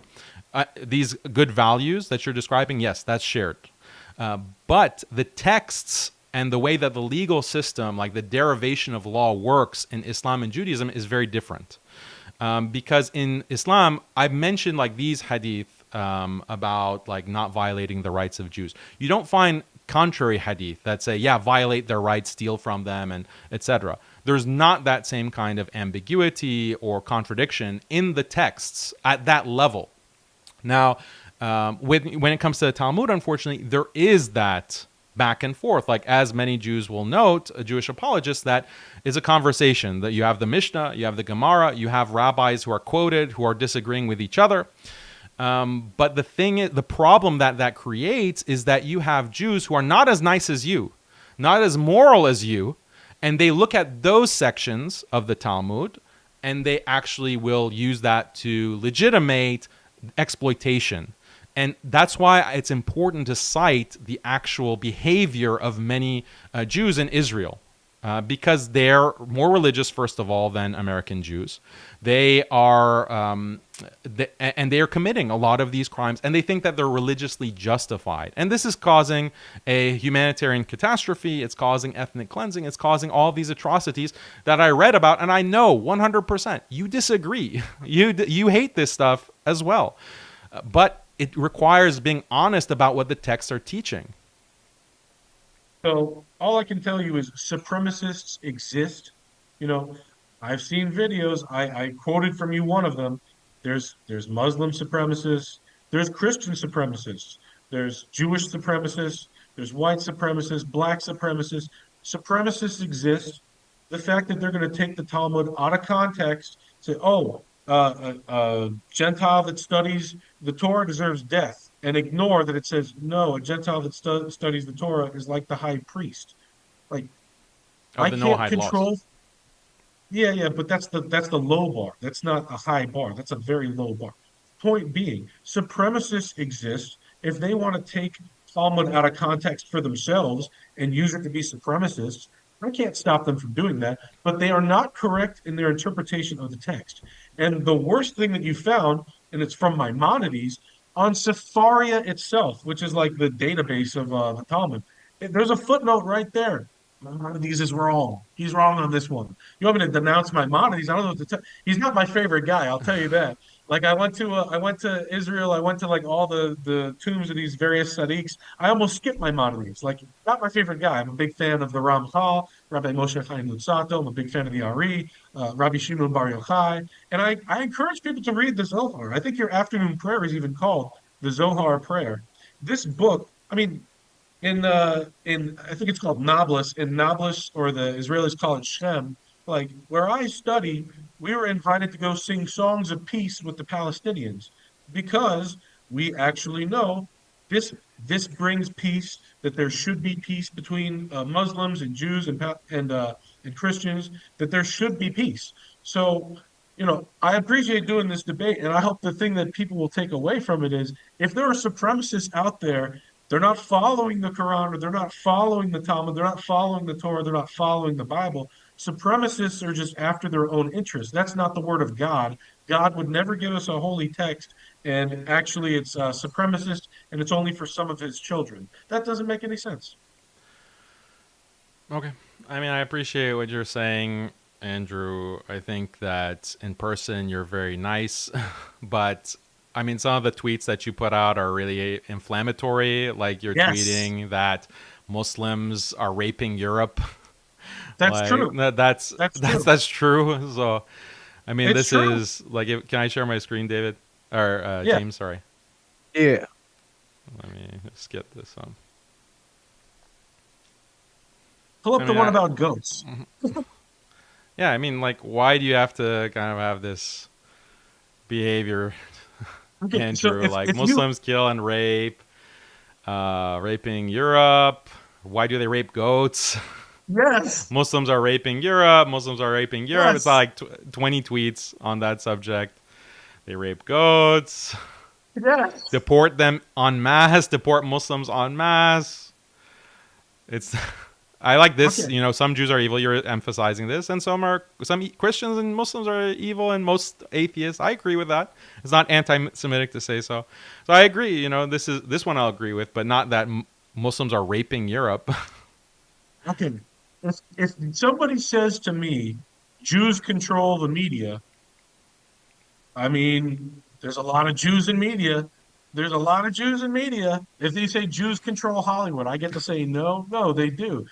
Not every Muslim in Europe is a Jew is a rapist, obviously, but there's a lot of them. They're at higher rates, astronomical rates compared to the rest of the Europeans.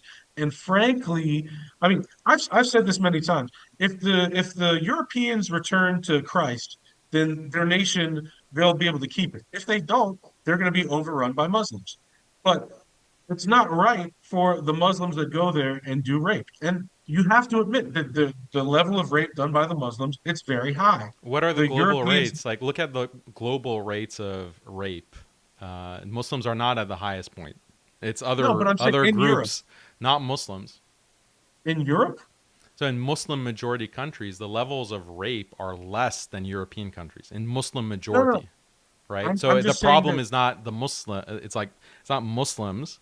So if you want to compare rates, that's something that can be debated. Like, okay, are Muslims committing more rape per capita in certain European countries? But your explanation yes. is that Islam is causing this. If that were the case, then the level of rape in Muslim countries should be way higher than per capita than the European countries. But it's not. It's lower. I don't argue that it's Islam that causes the rape. It's because they are migrants that are invading foreign nations and they need to go back. It just so happens that a majority of them or whatever are Muslim, but they need to not be there. If you're going to a foreign nation to conquer it, rape is a consequence of that. And that's what a lot of them say too, is like we're taking back these lands. Like okay, so I'm not for that. I'm Taking not for back. conquering or taking land by force. Just I even said I'm not for the Jews taking land by force in Israel. So I'm not for Muslims or any other migrant from Arabia or Africa taking land by force in Europe. That's also wrong. And if I'm inflammatory sometimes, brother, you should see the stuff people say to me. If I start talking about somebody raping goats, usually they've been pretty nasty to me, like, all right, I'm just going to say the most inflammatory thing I can because if that's how the game you want to play, I'm happy to do that too. But I prefer to actually talk on a real level and talk about Islam, Christianity, and the Torah all connect to God. That's what I love to talk about the most. Fair enough. Can I share my screen real quick? Let's look at rape statistics real quick. Ready for you. Yeah. So, I mean, by country, you can see like the darker colors means more rape per capita. So the U.S., Germany, Germany, Sweden, France. Germany and Sweden. How about these Nordic countries? A lot of Muslims there in these Yes, northern in countries, Sweden. Finland. Yeah. Yes, Okay. yes, in So, Sweden. but if you look at Yes. the countries like China, you look at countries like in the Middle East, it's almost non-existent. But in Europe and the United States, it's off the charts. So, yeah, I mean that's important to understand. Like if it's Muslims, like inherently they're just rapists, then like because of their religion or because of race, then why are like if they're like they just come to Europe and they start raping, but they don't do it in their own countries. You can attribute that to what? To like liberalism. You can attribute that to a kind of a liberal secular system that doesn't really enforce family values, that pushes people to indulge in hedonistic desires. That is what is causing this level of degeneracy, sexual assault in the West that you don't find in traditional societies. And you probably don't find it much in traditional Jewish societies, like in America, for example. But yeah, but I have to dispute your Muslim rape accusations. Bro, you have to know for a fact a lot of the migrants are there to conquer, and I'm not saying Islam is the reason they're doing it, but it's a fact. Majority of them are Muslim. A lot of them are anti-white, and you pointed out that map. Where are the rapes? Germany and Sweden. It's Muslims doing the rape. I don't think even you would dispute that, Well, and I okay, don't. sure. Go ahead. Sorry to interrupt you. So you did mention something interesting about Hollywood and the media being there's more, maybe a disproportionate representation of Jews in those fields. So would you say that that justifies deporting Jews from the West? That's a good question. I think the contributions of Jews to the U.S. is actually super underrated. People, I mean, the bad stuff is obvious, the banks and the media and this and this and this and this, but there's a lot of great contributions that people don't talk about. In fact, the founding of the United States, people like to talk about the international bankers, but there was a Jew named Haim Solomon that financed the American Revolution. Literally, there'd be no America without a Jewish financier. So the contribution of Jews to America is very slept on. The bad stuff everybody knows, but I think, Well, like Alex same for Jones says, Muslims, right? Muslims also have a lot of great contributions. I'm not trying to deport all the Muslims from America. I do think Oh, that the Europe. Somalis, well, in Europe, it's very obvious the crime statistics. I don't know what the good contributions would be, but in America, like Alex Jones says, Doctors, Jews, we social workers, you have many politicians, MPs, high-ranking government officials Sadiq who are Khan, Muslims. what politics? Sadiq Yeah, not Khan, Sadiq Khan, not Sadiq Khan. I mean, I'm not saying they're good from like my perspective, but from your perspective, they would be considered good. Like they're contributing to society, right? As politicians, as doctors, lawyers. There are Muslims in Europe who have these high positions. They're involved in business. So they're good Muslims. But you say you want to deport all Muslims from Europe. Why? no. I mean, just basically the same in America. Like the last 10, 15 years, the mass migration, that's what needs to be reversed. Like the Somalians in Minnesota, they're not they're not assimilating into America, just like the migrants from Afghanistan or Pakistan or whatever in Europe. They're not assimilating. Like what? Their behavior, the crime rates are very, very high. You And mentioned a lot of bad things. You're saying there are good things and bad things from Jews as well. So why can't I just point to the bad things that we both agree on that Jews might be committing, and say that that deserves deportation? Because one of the things that they like the Jewish lobby or the Israeli lobby is pushing America into a lot of wars. You said you oppose wars. Well, do you acknowledge the role of AIPAC in pushing America into these trillion-dollar wars? A lot of people are losing their lives, especially Muslims. So a lot of that's a bad Jewish influence, or censoring of speech on social media, in the press. Anti-Semitism laws. Like these are bad things, and I presume you disagree with them. But should we use that to say that we need to deport Jews? They're not assimilating. we're disproportionate on both sides of that too. Like Laura Loomer and myself and a number of other like right wing figures. Like we're against all of the foreign wars. Like we're not for these things. We're very vocal about it. So we're disproportionate on both sides of that too. I don't know what to tell you. Jews have a very big influence across the spectrum in America. I don't know if I ever finished the quote. Maybe I did, but Alex Jones says we have the very best and the very worst, and that's true. If Americans wanted to He say said that. deport all the yeah, Alex Jones. He's an If Americans anti-Semite. wanted no, I love Alex. I made his video game, AlexJonesGame.com. Played an Alex Jones video game. If you want to say deport all the Jews from America, honest, all the Jews are supposed to go and buy land and go and live in Israel. So if you want to say deport all the Jews, listen, bro, we're all supposed to go there anyway at some point. You're not making me cry, I promise. No, that's not my position, but I'm saying be consistent. Like your justification for wanting to deport all Muslims is that you have some segments that are on the bad end amongst Muslims. I acknowledge that. I acknowledge that there are Muslims who commit crimes, and Muslims who even commit rapes, who cause problems for their community. Yeah, there are bad Muslims, of course, but I don't. But does that justify having a blanket deportation policy of Muslims? No, I don't think so. You have to recognize the good things that Muslims do in these societies as well. However you define good. I think for Jews it's the same thing. I don't think Jews should be deported. I want Jews from Israel to leave and come to America. I want them to come to Brooklyn and come to Houston and Texas. Like, that'd be great. Leave Israel, but also, get rid of these Talmudic beliefs, but come, into my neighborhood, no problem.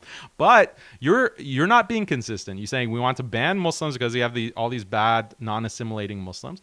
But when it comes to Jews who have the very best and the very worst, that's fine. We don't have a deportation policy. Why? Our crime rates for things like rape and murder in America, they're nowhere near what the Muslims are doing in Europe. And again, my point is the mass migration of the last 10, 15 years, this is engineered by people like the UN, the Bilderberg Group, even some of the Zionists you hate.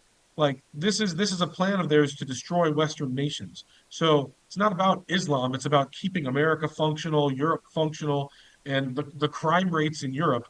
It's just it's obvious. It's obvious that the migration of the last 10, 15 years, they're not normal levels. They're way too high and they need to go back. Muslim or not. Immigrants of the last 10, 15 years in Europe got to go back.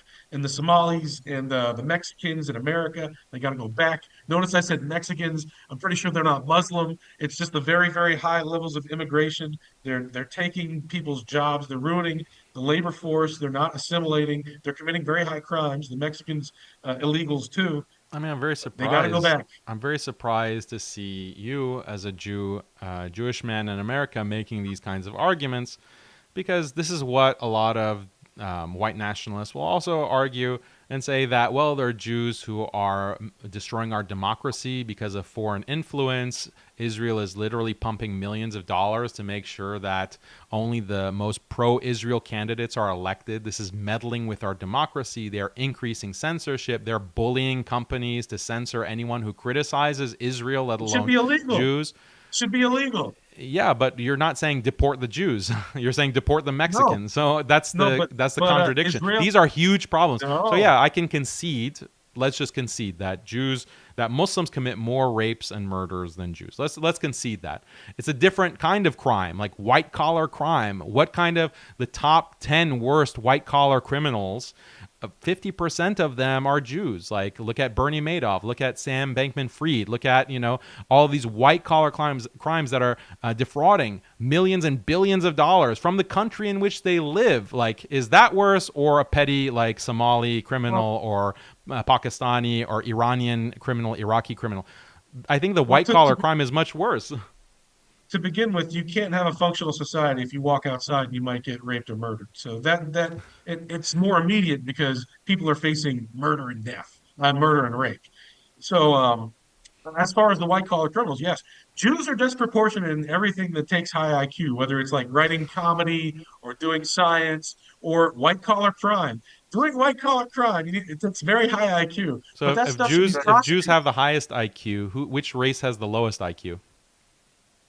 I don't know. We can look at the statistics. I honestly don't know offhand. Really? Well, just take a guess. Like, since Jews have the highest, there has to be a lowest as well. Who's like lower on the IQ I don't. It scale? could We be can move anyone, on. Daniel. Could be anyone. I don't know. This is just so. Well, I mean, Is a it lot of half Jews, like past, Jewish Daniel? Okay. apologists, a lot of Jewish apologists will note the high Jewish IQ. So I'm wondering, like, a natural follow-up question is, well, which race has the lowest IQ? It seems like natural to Don't ask. pick on We people. Don't pick on people, Daniel. You're mean. You're a mean guy. we're gonna Very we mean let's guy. see. We have 18 minutes of the open discussion left.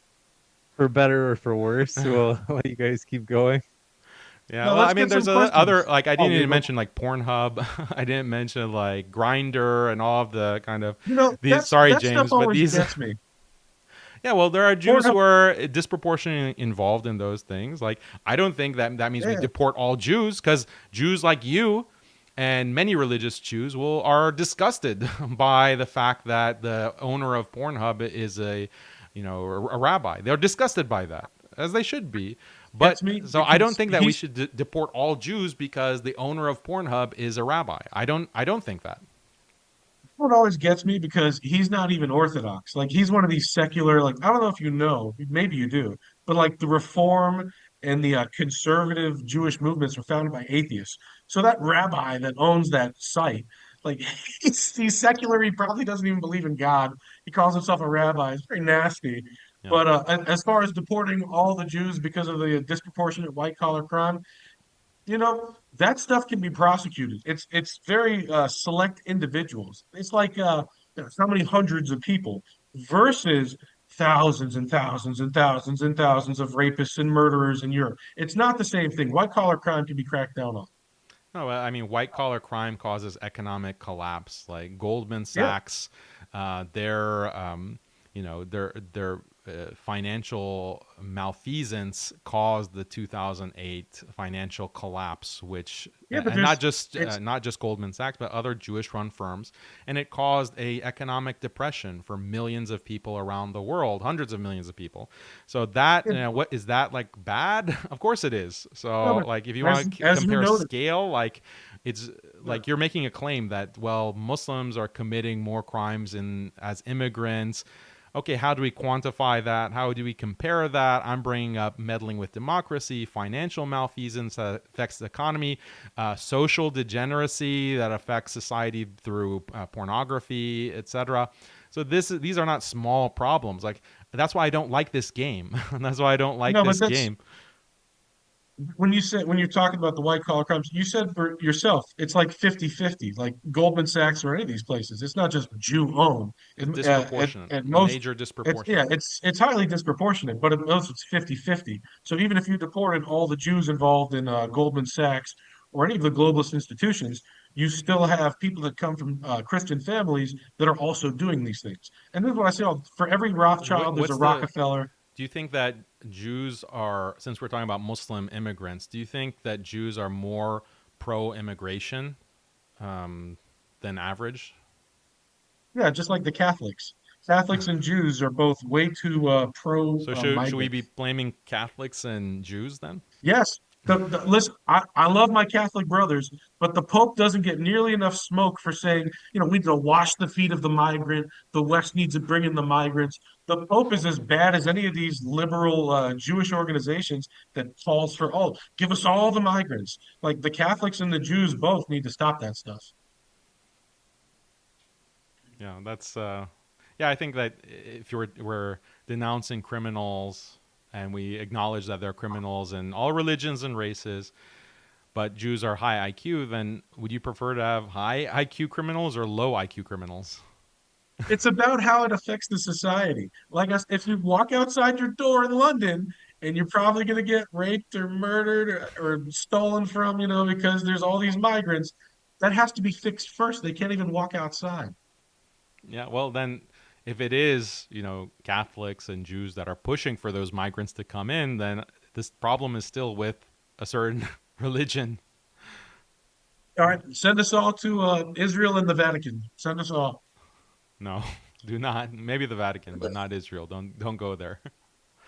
Stay in the US. So, yeah, I mean, I think that's why I don't like this line of critique for deportation. But it's still very interesting that you have this perspective. I don't know how consistent and coherent it is, but yeah, it's. I hope this video doesn't or this debate doesn't get taken down. Why would it get But taken? Oh, YouTube. Yeah, you should probably have this on Rumble, James. you know, no, it's fine. It's fine. We gave the We disclaimer. We're not talking about Jews as a race. We're talking about religion.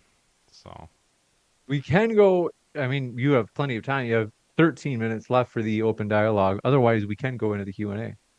I think we're good. Let's take some questions. well, for Or converts, there were things that I can dispute about what you mentioned about converts and Yafat Toar, if you feel like it. But there are a lot of statements that will contradict what you said and will point to the fact that, well, the converts do have a secondary status. That is found in the Talmud. It's also found in the Mishnah Torah.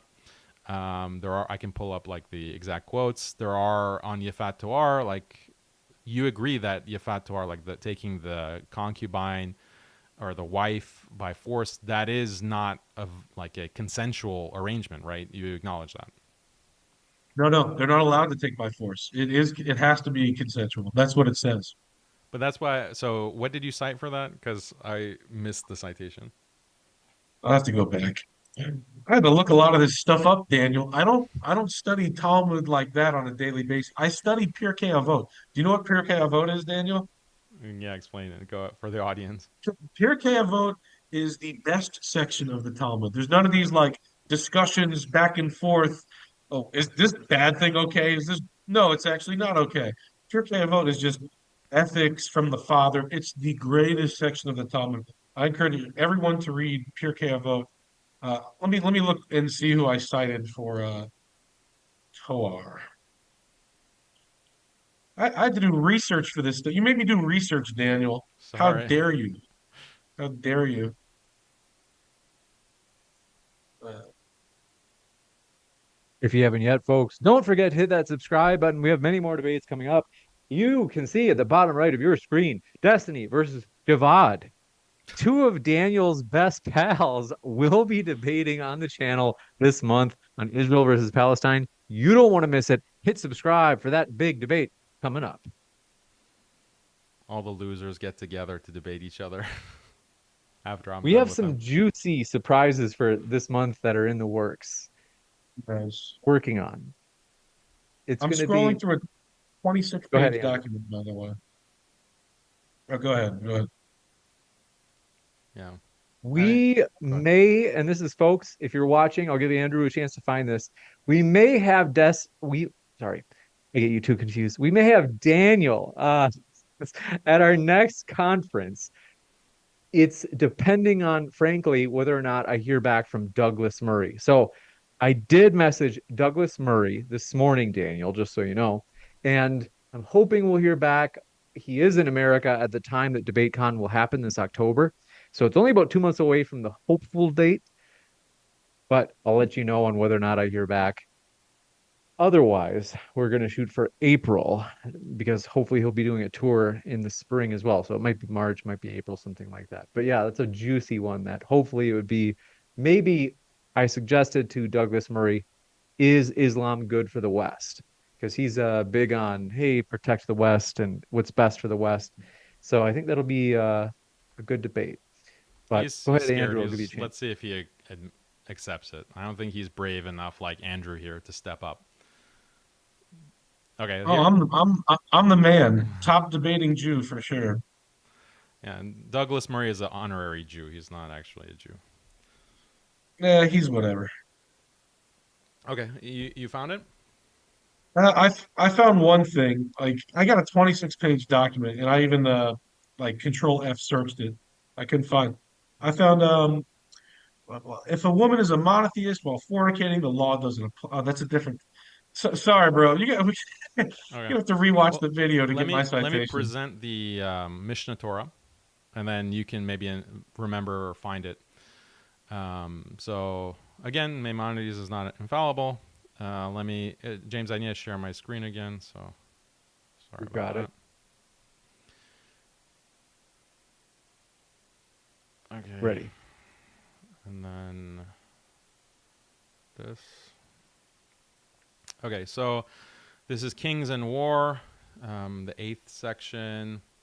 We read, when the army's troops enter the territory of Gentiles, conquering them and taking them captive, they're permitted to eat meat from animals that died without being ritually slaughtered, etc. Similarly, drinking the wine used in worship of idols, etc. Similarly, a soldier may engage in sexual relations with a woman while she is still a Gentile if his natural inclination overcomes him. However, he may not engage in sexual relations with her and then go on his way. Rather, he must bring her into his home. As Deuteronomy states, if you see a beautiful woman, the Yafat Toar, among the prisoners, you shall bring her into the midst of your home. It's forbidden for him to engage in sexual relations with her a second time until he marries her. So there's no I found statement I, of consent here. I found the citation. I'll show Okay, it to you. Hold on. let me finish reading and then we'll share your screen. Okay. Relations with a beautiful Gentile or woman are only permitted while she is in captivity. So she's like a prisoner, as the verse states, if you see among the prisoners. So he's directly citing the Bible. This license is permitted whether the woman is a virgin or not, even if she's married, for the Gentiles' marriages are not recognized. A number of laws are derived from the exegesis of the verse from Deuteronomy quoted above, and you desire, even though she is not beautiful, her and not another. He may not engage in sexual relations with two women. You may take her as a wife. He may not take two women as captives with the intention of engaging in relations with one and saving the other for his father or brother. What is the source which teaches that he may not pressure her in the midst of war? Deuteronomy 21:12 states, you shall bring her into the midst of your home. Thus, he must bring her into a vacant place and then engage in relations with her.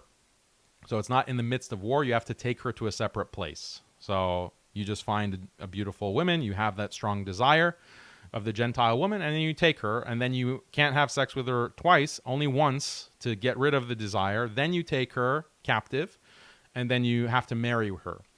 A priest is Can I also explain? Can I explain now what that means? yeah, Okay. one more section. A priest is also allowed relations with a Yafat Torah initially. So the priest can have sex with the captive. For the Torah only permitted relations as a concession to man's natural inclination. However, he's not permitted to marry her afterwards, for she is a convert. So only the priests have this special distinction where they have sex, but they can't marry.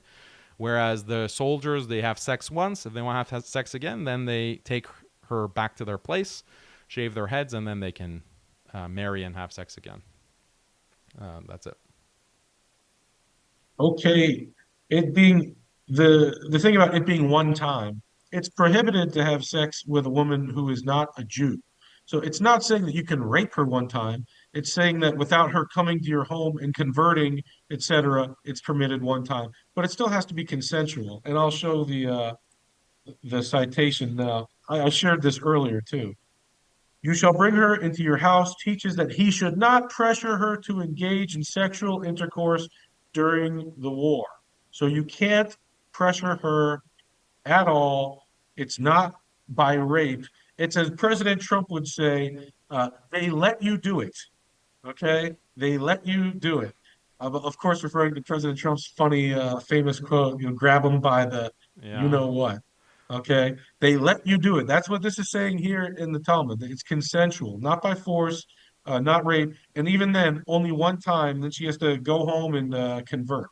That's what it means. It's not saying you can rape somebody. Then why does it say captive, and why does it say on the battlefield? The natural It's inclination still gets you in the discussing those battlefield. circumstances. Yeah, it's still discussing those circumstances. Okay, she's captive, but that doesn't mean that you can. Someone can be a captive and consent. Okay, I'm captive, but I consent to you giving me food or water, or I consent to whatever. Captives can consent to many things. Okay. Yeah, so I guess the audience can decide if this is describing consensual relations, but It says don't pressure her. It literally said don't pressure her. So if she's not mm, being pressured, how could she consent yeah. unless that's what she also wants?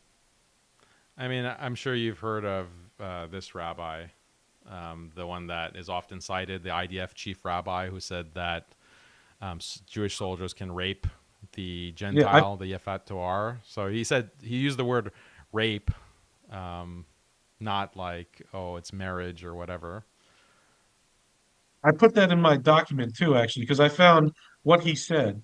Even that guy, he said, I never wrote, I never thought it's permitted for an IDF soldier to rape women during the war. Such action is totally forbidden. That's what even that guy said, that it's forbidden. Even that guy. Well, that's not what his original comment said. Like he was in a Q&A forum. People were asking him questions. And he said, yes, the soldier has the right to take Yafat Toar and rape her. That's what then he backtracked when that went viral. And because when he Maybe he was did. going to be assigned chief rabbi, they went through his records. They found that Q&A session. And in his private circle of students, he was saying, yeah, you can rape the... And that's the thing that the IDF is doing now. Like, that's what the whole gang rape case is about. That's why there's so many in Israel who are, going to the prisons and saying, we will rape them. That's their belief. Like, they're taking that from somewhere. And that was the challenge I put to you in the opening statement. Like, where are they getting that from? It's from the religious teachings. Now, if you want to say the religious teachings don't say that, I can accept that your interpretation of the religious teachings don't say that. That's fine. But clearly, Yeah, they're but interpreting it in a way, and it's not like one or two crazy people. It's like the whole society. And this is called, I like, in don't think Israeli it's. media, like, this is a moral debate whether you can brutally gang rape prisoners. Like, you have to, it's a debate because there are religious texts that permit it, and you have chief rabbis who permit it. People misinterpreting things is people misinterpreting things. That's why I gave you the example of that supposed imam saying that a Muslim can say to a Christian or a Jew, "Give me your clothes," and he has to do it. So if people want to be One supremacist and one misinterpret imam that things, you didn't have a name for versus like 50% of Jews in Israel. I did not go and try and find every single imam that says something similar to that. I'm sure I could find hundreds or thousands or tens of thousands. I'm sure I could find a lot of them, but that wasn't my Trust me, purpose. bro. Source, trust me, bro. I don't have Oh to no, search no, for no. anything. I just have to go to my Twitter feed and see like all of these Israeli Knesset politicians saying, we have to, our heroic soldiers who are brutally gang raping Palestinians. Like, we should make this state policy to gang rape the Palestinians in prison. Like, they're on their most popular news station, like Good Morning America, like their analog of Good Morning America, except instead of talking about like squirrels doing tricks, they're talking about raping Palestinians in prison. Like, I just that's a sick society, right? I don't have to go I just found searching for it. Muhammad Hijab saying that it's worse to be a Christian than to be a homosexual. That's what Muhammad Hijab just said. And so it's That's a you can belief find this of stuff on any feed of Muslims saying stuff like I'm saying that's wrong according to you, unless that's wrong, that's wrong. no, So like committing plenty of like Muslims say things wrong too. I don't know what to tell you. no, he didn't say anything wrong. He didn't say anything wrong, but that's you're comparing Muhammad Hijab like a statement on that versus like should we engage in gang rape of Palestinians in prison? Like those are No, hold on. comparable things. Isn't the penalty for homosexuality death? Yeah. So then if he's saying being a Christian is worse than being a homosexual, the penalty is even worse than death. That's not what he's referring to. He's referring to like the ontological status, like the status before God. Like, it is conceivable that God will forgive someone who commits a crime like homosexuality and even be, get the death penalty for that. Like, you can be an adulterer. The adulterer in Islam is also stoned. But when you're stoned, that's like like this is a way for you to clean your sins, or your sins are wiped out, and then God can still forgive you for that. Whereas if you reject God and you say that I reject the religion and I do not believe, that is something that cannot be forgiven in the same way that a sin of the flesh, even though it has a bigger penalty. So in Islam, we're not supposed to kill Christians and Jews. They're ahlul dhimma, they're protected people, even though their belief, like the belief in rejecting God, that is worse than things that do have a penalty, like adultery or homosexuality or etc. So I do that's want the to Why difference. do you believe I that want to give you a Christians? chance to respond, Andrew, though I would like to ask if you could do it during your concluding statement, because we do have 5 minute concluding statements as we just wrapped up the open dialogue. With that, Yeah, I thank just you very much. before I get to the 5 minutes, I just want to ask him why do you think that Christians don't believe in God No, or Jews don't they believe in God? no, you believe in God, but you're rejecting the final messenger. And that is a requirement for God's acceptance. You have to accept God and his messengers, all his messengers. So Muslims, you have to accept Abraham, you have to accept Noah, you have to accept Isaac and Jacob and Joseph and Moses and Jesus and Muhammad, the final messenger. If you reject any of these prophets, then you are not saved, in the sense that you accept God, but you haven't accepted his messengers that he sent with books, and that is required for salvation to be allowed into paradise.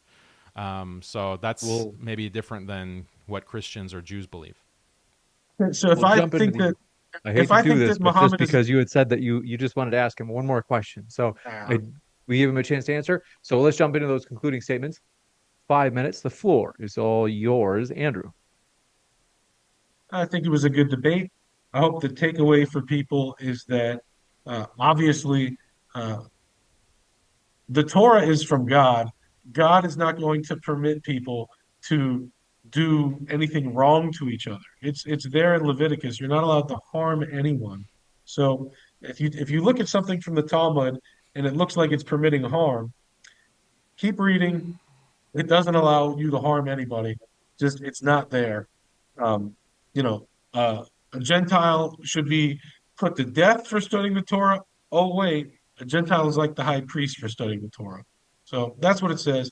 And not only that, stuff about Gentiles in the Talmud, it says, this is from Rabbi Nachman of Breslev. Uh, you are not the Gentiles of the Talmud. And I'll reread that statement for a little bit just because it's so good.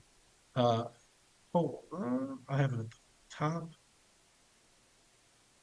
The wise will understand on their own that the Gentiles in whose lands we currently reside are not like those who were in the time of the sages of the Talmud. The latter were idolaters who worshiped the stars and the constellations and were attached to all forms of abomination. They knew not God, nor recognized his holy words, but the nations of our day fear God and honor his Torah, doing kindness and justice in their lands, in charity with the Jews who take refuge under their wings. Heaven forbid that we should either say or write anything disrespectful about them. Thus, any reference to nations, Gentiles, and peoples of the world and the like refers only to those idolaters that lived at the time of the Mishnah. So, Christians and Muslims are not idolaters. Christians believe in God the Father. God the Father is God. Muslims believe in God. So, you are not idolaters. You are not the Gentiles, the heathens of the Talmud. So even those sections where they're saying, what about this with a heathen?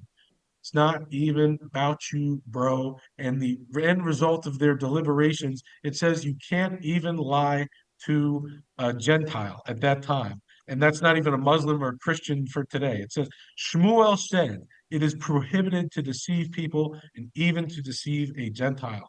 And you guys are way better than the Gentiles, the idolaters of the Talmud, of the time of the Talmud. So I hope people learned a lot from this. I think it was a lot of fun. And the last thing I wanted to ask Daniel, if he could tell me, I just said that I believe Muslims believe in God. So I accept that Muhammad was sent to give people a path to God. And I believe Christians also believe in God. So does that mean, according to you, do Jews or Christians that believe Muhammad was sent to give you guys a path to God, does that mean that we're going to heaven in your estimation? Or does that mean that because I'm not a Muslim myself, even though I recognize Muhammad was sent to give you guys a message from God, like, am I going to heaven, bro? I know that I am, but I want to know from your perspective. So go ahead. We'll kick it over to Daniel for his 5 minute closing as well. The floor is all yours, Daniel. To answer your question, Andrew, no, it's not acceptable to say that Muhammad, peace be upon him, was only sent to Muslims. We don't have to follow him. No, Muhammad, peace be upon him, as the final messenger of God, was sent to all of creation. So everyone has to accept Muhammad as the final messenger. And there are many reasons to see, like Muhammad didn't come with just a claim that I'm the final messenger, take my word for it. He came with miracles, he came with proofs, he left us the Quran, which can be studied. And Jews especially, I invite them to read the Quran, read about the life of Muhammad, and you'll see that his life parallels very closely with the life of Moses. This is very clear cut, and that's why many Jews in his time and thereafter have converted to Islam. So I extend that invitation to Jews everywhere in the world to accept Islam as well. And without accepting Muhammad, there is no salvation. Accepting not only Muhammad, but also Jesus and all of Abraham and Moses and all of the prophets. So to reiterate the whole presentation that I made, we looked at what the Jewish religious texts say about murder and rape of non-Jews. There's no punishment for them. There's no punishment mentioned in the legal texts. And this is actually practiced by many Jews, unfortunately, in Israel, where they're killing and they're raping Palestinians. And they're doing so as religious Jews. The settler violence that we have discussed, like with baby Ali Dawabsha, 18-month-old burned alive, these kinds of horrors are happening every day for Palestinians. So we have to pray for these Palestinians that this oppression will stop, the ethnic cleansing, the genocide will stop. How can anyone see a picture of Hind Rajab, that beautiful 6-year-old girl, and not feel so devastated by the kind of horrors she had to witness that no human being should witness, especially not a child? She went through that, and if that does not make you cry and your heart bleed for the Palestinians, I don't know what else will. Unfortunately, the Jewish texts give room for that kind of treatment of non-Jews and little girls like Hind Rajab and Ali Dawabsha. In the second part, I talk about financial exploitation. Jews are given permission to rob non-Jews. They're given permission to not pay back loans. They're given permission to actually manipulate the justice system in favor of Jews in a biased way. They can charge interest, even that high interest without limit, that can financially ruin people. This is something that is allowed. Yes, in certain cases, there are rabbis who disagree, but the most authoritative sources actually allow all of this. And we cited the Talmud itself, which, by the way, is considered to be from God, the oral law. And we also cited the Mishnah Torah and other Jewish scholars. Then in the third section, we talk about the law of Masira, the law against whistleblowing. So you can't even basically report to non-Jews about the crimes that Jews may be committing. My opponent, Andrew, didn't really even acknowledge the law of Masira. He didn't acknowledge this idea of whistleblowing being condemned in the Talmud and in the Mishnah Torah. This is something very significant because it encourages conspiratorial behavior. It encourages doing crimes and then hiding it. This is what we see in Israel, where the IDF, for example, investigates itself and it finds no crime. Why? Because the Talmud says if you whistleblow on other Jews, even for small things, then you deserve to die, and another random Jew can come and slay you and kill you even without a court order. So this is why we don't hear about the atrocities, and whenever Israel investigates itself, it finds itself not guilty. This is conspiratorial criminal behavior, and this is why Israel is this rogue state, this criminal state. I don't think all Jews approve of this. Many Jews are opposed to this. Many Jews denounce Israel and its crimes. Even Andrew, my debate opponent, he did this, and I appreciate that, and we commend that as Muslims. But there's a problem with the texts. You know, if there are Jews who want to just take the most positive things from the Talmud, fine. But what about a large majority in Israel who are taking the worst interpretations, reading the worst passages and applying that against the Palestinians? The Palestinians are suffering. And I wish that Andrew would say something like Hind Rajab shouldn't have been killed, Ali Dawabsha shouldn't have been killed. This is horrifying. This is terrible. The Israeli religious settlers who did this are criminals, and I wish that they would suffer to the full extent of the law. That's what I hope Andrew will say. And I thank Andrew. I thank James. And I thank all the Jews, open-minded, fair-minded Jews that are listening to this and take this to heart. I'm not an enemy of peace-loving Jews, peace-loving Christians. I'm not an enemy, but my heart bleeds for the Palestinians, my people, and we pray for them. And yeah, thank you very much. Thank you very much for that closing as well. We're going to jump right into Q&A. I want to say thanks for your questions, folks. We're going to move fast so we can get to all of them. This one first from Muhammad said, question for Daniel. Let me just turn my volume up a little bit. Muhammad said, is the Quran sufficient for someone to be guided? No. You got it. This one from Jonathan Gendler says, Daniel, some rabbis claiming their commentary, such as the Talmud, is above Torah, have as much validity as imams claiming their commentary is above the Quran. Well, I mean, this is the principle of the Torah is not in heaven. And the oven of Achnai incident, which is referred to in the Talmud, and some of the oldest rabbinic texts like the Tosefta. The Toseftas, this is something that is found throughout rabbinic Judaism, that when the rabbis decide something, that is the law. It doesn't really matter what that is the Torah. That is the Torah, actually. So this is also something that people get confused by, is that the Torah is not just the 5 books of the Torah. The Torah is an ambiguous term. It can refer to all of the law. So Torah can actually mean the Torah and the Talmud. Torah can actually refer to not only the Torah, but all of the Hebrew Bible. So it depends on how are you defining Torah. And Andrew didn't get into this kind of nuance and specificity.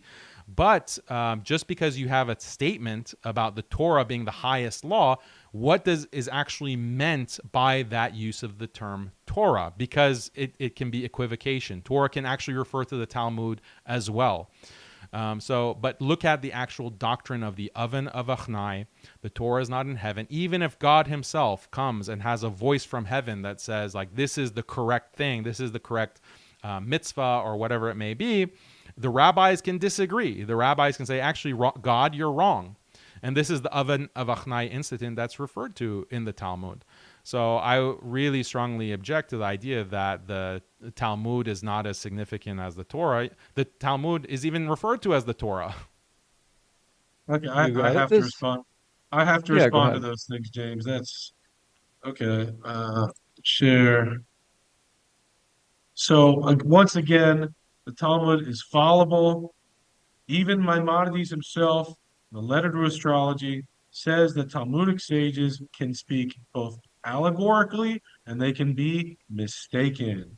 And when I was referring to the Torah is number one, the Torah is king, I'm speaking about the 5 books of Moses specifically. Yes, you can use the word Torah to refer to all of Torah study, but I'm specifically speaking about the 5 books of Moses. The Torah cannot be controverted by any other book, not even the Talmud. And he asked me about Mesirah. Mesirah, this is not a source that I would go to, but I just looked it up. Uh, Mesirah may not necessarily apply to reporting legitimate crimes to responsible authority. It applies to turning over a Jew to an abusive authority. So when you say that Jews can't possibly turn in another Jew for a crime, uh, again, I have to research a lot of the things that you say to find out why it's wrong. So while you were saying Mesirah, I didn't respond to it. That one didn't even click for me. So I looked it up. That's why you can, if it's an abusive authority, the meaning not a real justice or some bad government, it doesn't mean that you never turn in a Jew. So, and I'm sure that we can do this round 2 and go into that more. But brother, you gotta stop saying some of the things that you're saying. I just showed that what you're saying is not right on many subjects. You can't just say, "Oh, it says this and this." Like I just showed you that that's not what it says. I But mean, this is do like what you're people gonna do. debating like jihad in Islam, and then like a Muslim saying, no, Islam means peace. That's like the level of apologetics that you're using. Like, yeah, of course, you're going to find the most liberal interpretation that some modern rabbi has said. So what? Let's look at what the pre-modern rabbis have said, the pre-modern religious texts that have said, and it doesn't have like these kinds of details that have been added later in order to make things more palatable. Citation I just gave you is from Maimonides. I didn't cite some liberal The New Age citation was cuckoo rabbi. Wikipedia. You read Wikipedia. No. I was talking about the first citation I gave you was Maimonides. The second one, undoubtedly, it'll be the Talmud. When you look into that, undoubtedly, it'll be the Talmud. We'll have to do round 2 if you want to talk. Oh, let's see what it says about, I forgot even the word, Messy Ra. We'll have to do round 2. Undoubtedly, the source that I'll cite is the Talmud itself. So I you cited you the don't know Talmud. you don't know what you're talking about. I You cited just don't. you on the screen. I showed the Talmud when it comes to Yes, but Masira. Like but there's a story of that is justifying that law that Maimonides derives from the Talmud. and undoubtedly, when every time when you cite Talmud like that, you keep reading. The first iteration, oh, the Gentile deserves death. The second one, oh, the Gentiles like the high priest. That's So why I yeah, cited Maimonides. That's exactly why I cite Maimonides. Because if you say that, oh, Daniel, you're just cherry picking, you're not reading in context, okay, then why does Maimonides have the same exact interpretation that I do?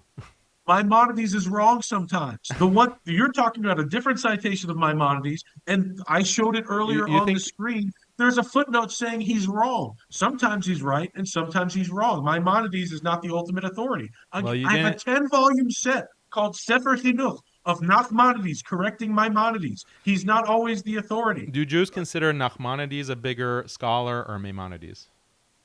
Depends who you talk to. Like Ben Shapiro's a Maimonides guy. I'm a Nachmanides guy. It literally depends who you talk to. No, I'm asking for like the majority of Jews. Who do they consider to be the bigger scholar?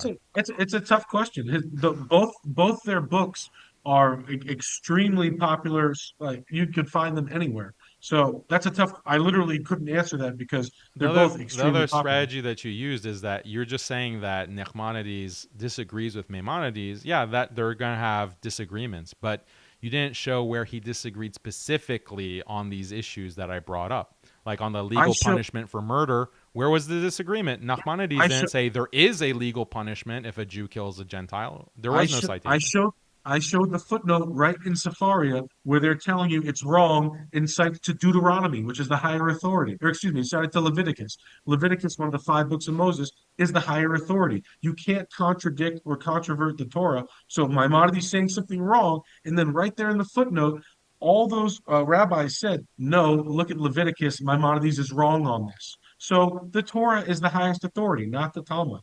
And not Maimonides either. What issue was that specifically that footnote on? Well, I'll pull it up again. Go back to the start. I don't think it was on legal punishment. No, it was about a a non-Jewish woman being murdered. Hold on, I'll show it to you. Yeah, this is punishment. Share. Okay, this is Maimonides right here. By contrast, a Jewish male enters into relations with a Gentile woman. When he does so intentionally, she should be executed.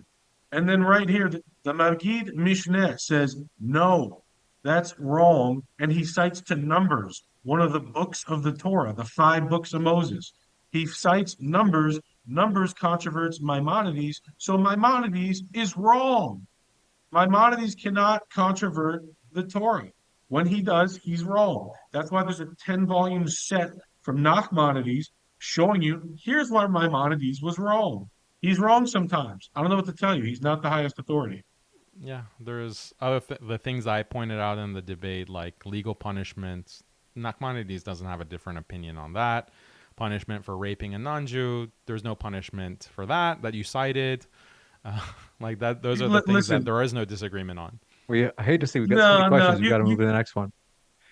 This one from Jonathan Genler says, Daniel, how do you explain Exodus 12:49, which says, there shall be one law for the citizen and the stranger who dwells among you, versus Dhimi, how am I saying it right? How do I say that? Dhimmi status in Dhimmi status. Islam.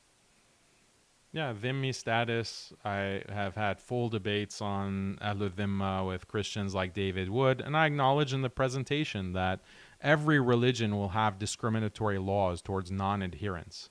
You find that in Islam, you find that in Christianity, you find that in Judaism, Hinduism, etc. The difference is that in Judaism, like it goes to another level. Like Islam doesn't say that there's no punishment. If a Muslim kills a non-Muslim, there's no punishment for that. Or if a Muslim rapes a non-Muslim, there's no punishment for that. Islam doesn't say that, but Judaism very explicitly says that in the Talmud, in their greatest legal text, their most authoritative legal text. And you can't just say, oh, well, there's difference of agreement and just hand wave the issue. Like, give me the citation from Nachmanides or any of these other rabbis. You can't also make like a generic statement like, oh, the Bible says do not harm, therefore you can punish the Jew who murders a non-Jew. No, show me where it's allowed to have a punishment, or there is required to be a punishment for a Jew who murders or rapes a non-Jew. Where is the punishment for the Jew? Give me a citation for that from a pre-modern text, not a modern rabbi, or better yet, the Talmud. You won't find it. I hate to do this, but we just have to move fast. Folks, we don't have any more time for additional questions that have not already been submitted. So if you submit it, I think we can get it in, but we have to move fast with this Q&A to get the rest in. Don't submit any more questions for the Q&A. I wish we could. Den Mother Amanda Raymond says, Daniel, if it really is true about 3-year-old girls having intercourse with men and it is vile, then explain why it is not vile to do the same thing with a 13-year-old girl child in Sharia. Age 13 is still a child. Go to the debate that I've had on this issue. Every single debate you have to ask about this one issue. I had a whole debate with a Christian on the age of consent and the age of marriage in Islam versus the Bible. Go to that debate. There is no minimum age of consent mentioned in the Bible. And as we saw, a lot of the rabbis and a lot of the Jewish texts say that it can be as young as 3. You can engage in intercourse at age 3, a 3-year-old girl. But a 13-year-old, like 13-year-olds are having a lot of sex in the world that we live in today. They're having sex with their boyfriends. Some of them are having gay sex. Some of them are having group sex. All the people who ask me this question have no problem with 13-year-olds having sex, 10-year-olds having sex, 9-year-olds having sex or gay sex or group sex. You have no problem with it. And the point and the fact of that is demonstrated when there are public schools and even states who say we need to pass out condoms in the middle schools. We need to pass out condoms and teach about pornography and safe sex in the middle schools. Why? Because it's accepted. You have no problem with 13-year-olds, 10-year-olds, 9-year-olds being sexually active. Childhood sexuality is rampant in the United States. So don't pretend like you have a problem with that. You just want to attack Islam and Islamic values. Islam says you can't have sex outside of marriage. And there are also Jewish opinions that state that as well. You cannot have sex outside of marriage. That is far better, for a 13-year-old to be married with the consent of her parents, then for her to be sexually active because the middle school teacher gave her a condom and now she's having group sex or maybe even lesbian sex with her classmates in this kind of degenerate fashion that runs rampant in the West. So I much prefer that 13-year-old girl to be married with the consent of her parents to a responsible adult in matrimony. That is much more healthy, proper, decent, correct, safe than the degeneracy that your society has institutionalized and doesn't even question. I hate to see. This one from Jonathan says, Daniel can't seem to handle Jews' ability to debate and disagree with one another on very heavy topics while remaining respectful to each other. I don't know. I thought it was pretty respectful, especially the end. It seemed like you guys were almost like buddies. Evidence of God says Leviticus 19:33 says, be good to strangers in your land. Embrace them as one born among you. Love them as you love yourself. Torah promotes fair treatment. Quran demands jizya, enforcing Islam progressively. What are your thoughts, Daniel? Yeah, many similar rules exist when it comes to treatment of non-Jews. Like you're complaining about jizya. Like jizya in Islam means that if you're a non-Muslim in a Muslim state, you pay a tax, but you don't have to fight in the wars. You don't have to fight to protect, like you're a protected person. That's what dhimmi means. You're comparing jizya to like if a Jew kills you as a non-Jew, there's gonna be not a punishment for the Jew. Like that's comparable. Give me a break. This one coming in from, do appreciate it. Jonathan Genler says, Daniel, if good Muslims have a ticket to paradise, why is it sad when they pass on? In Gaza, isn't Israel doing them a favor by shortening the trip? Yeah, Christians believe in heaven. Jews believe in a life to come, the world to come. That doesn't mean that we all like are pro-death and pro like killing our children. So this is a very dehumanizing attack, like not only on Muslims but all theists. Like just because you believe in an afterlife doesn't mean that that justifies killing people who believe in an afterlife. That's really sick logic. You got it. This one coming in from, do appreciate it. Tarek Al Safi. Okay, that looks like Mormon insult. Faisal says, why don't Jewish people in Palestine assimilate into Arabs? Why not start following Sharia? Why occupy a land, kill and then rape and pillage and depossess natives? I think that's for you, Andrew.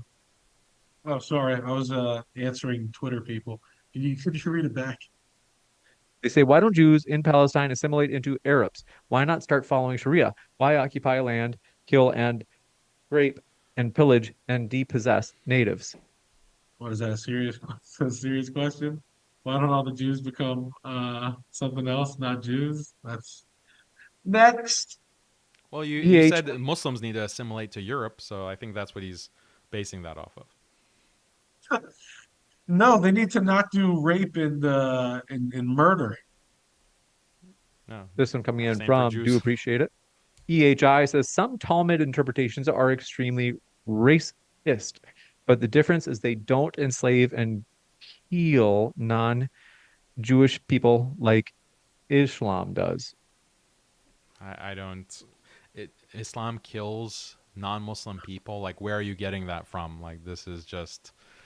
Do you have a text or a citation for that? Muslims are not allowed to kill non-Muslims if unless there's a war, unless there's a legitimate war that has been declared by a legitimate Islamic authority, like the Caliph. There's no going and killing non-Muslims. I even cited the hadith earlier in the open dialogue where the Prophet, peace be upon him, says that if you violate the rights of a person protected by a treaty, even a non-Muslim, you won't, as a Muslim, won't smell the fragrance of paradise. So this kind of low IQ attack on Islam, saying, "Oh, you believe in killing non-Muslims," like this is stupid. This one from Jonathan Gendler says, Andrew, stop telling non-Jewish people to deport each other. That's pretty funny. Evidence of God says hadiths cause Islamic states to require 4 male witnesses to convict rape, and premarital sex is illegal. So how can you trust Islamic rape statistics? No, that's actually a falsehood against Islam. When it comes to rape, it does not require 4 witnesses. There are contextual factors that are taken into account by the Muslim judge or the Muslim authorities, and there are ta'zir punishments as well. And rape can be punished with a death depending on the circumstance. So that's a complete falsehood about Islam. You got it? This one coming in from Idrizo5 says, why the Christians and Hindus commenting? Let's see. Okay. Halal Zoomer says, kill, let's see, they're quoting Jerusalem Talmud, Kedushin 411. They're saying it says, quote, kill the best of Gentiles, smash the head of the best of snakes. They say, do you agree? This is what it says. Yeah, we literally addressed that exact quote. No, the correct translation is heathens, not Gentiles. The Thank heathens you. of the Talmud do not exist anymore. You can go back. We addressed that, I think, twice. Samson says, but that is only for the one Hasidic group. It doesn't apply to other groups or sects. They didn't mention the context, so that's I'm trying to remember myself. This one from Muhammad says, Andrew, by the way, Samson, let me know in live chat if you know the context and I'll try to connect it. Andrew, this is from Muhammad. He says, hijab was saying that polytheists are worse than men who prefer the company of men. They say the Quran clearly says good Jewish folks go to heaven. Daniel is just an extremist. Wow, thank you.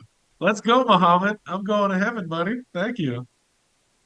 This Yeah, one that's from yeah. You have people who say all kinds of things. So I can back up everything that I say with the authoritative Islamic sources, Quran, Hadith, and the scholarly tradition. So Is Makairik going to hell? Makairik.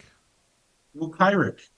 Believe he's a Jew that helped Muhammad. He never converted. Mukairik. Is he going to hell?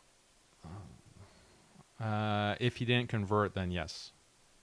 Ah! Even the uncle of the Prophet, peace be upon him, even his uncle Abu Talib did not convert. Even though he helped, no one helped the Prophet, peace be upon him, more than Abu Talib. And the Prophet loved Abu Talib, his uncle, but he refused to convert. And so the Prophet said that he's going to be in the hellfire and like the least severe level of hellfire. So believing in the final messenger of God is a requirement for salvation.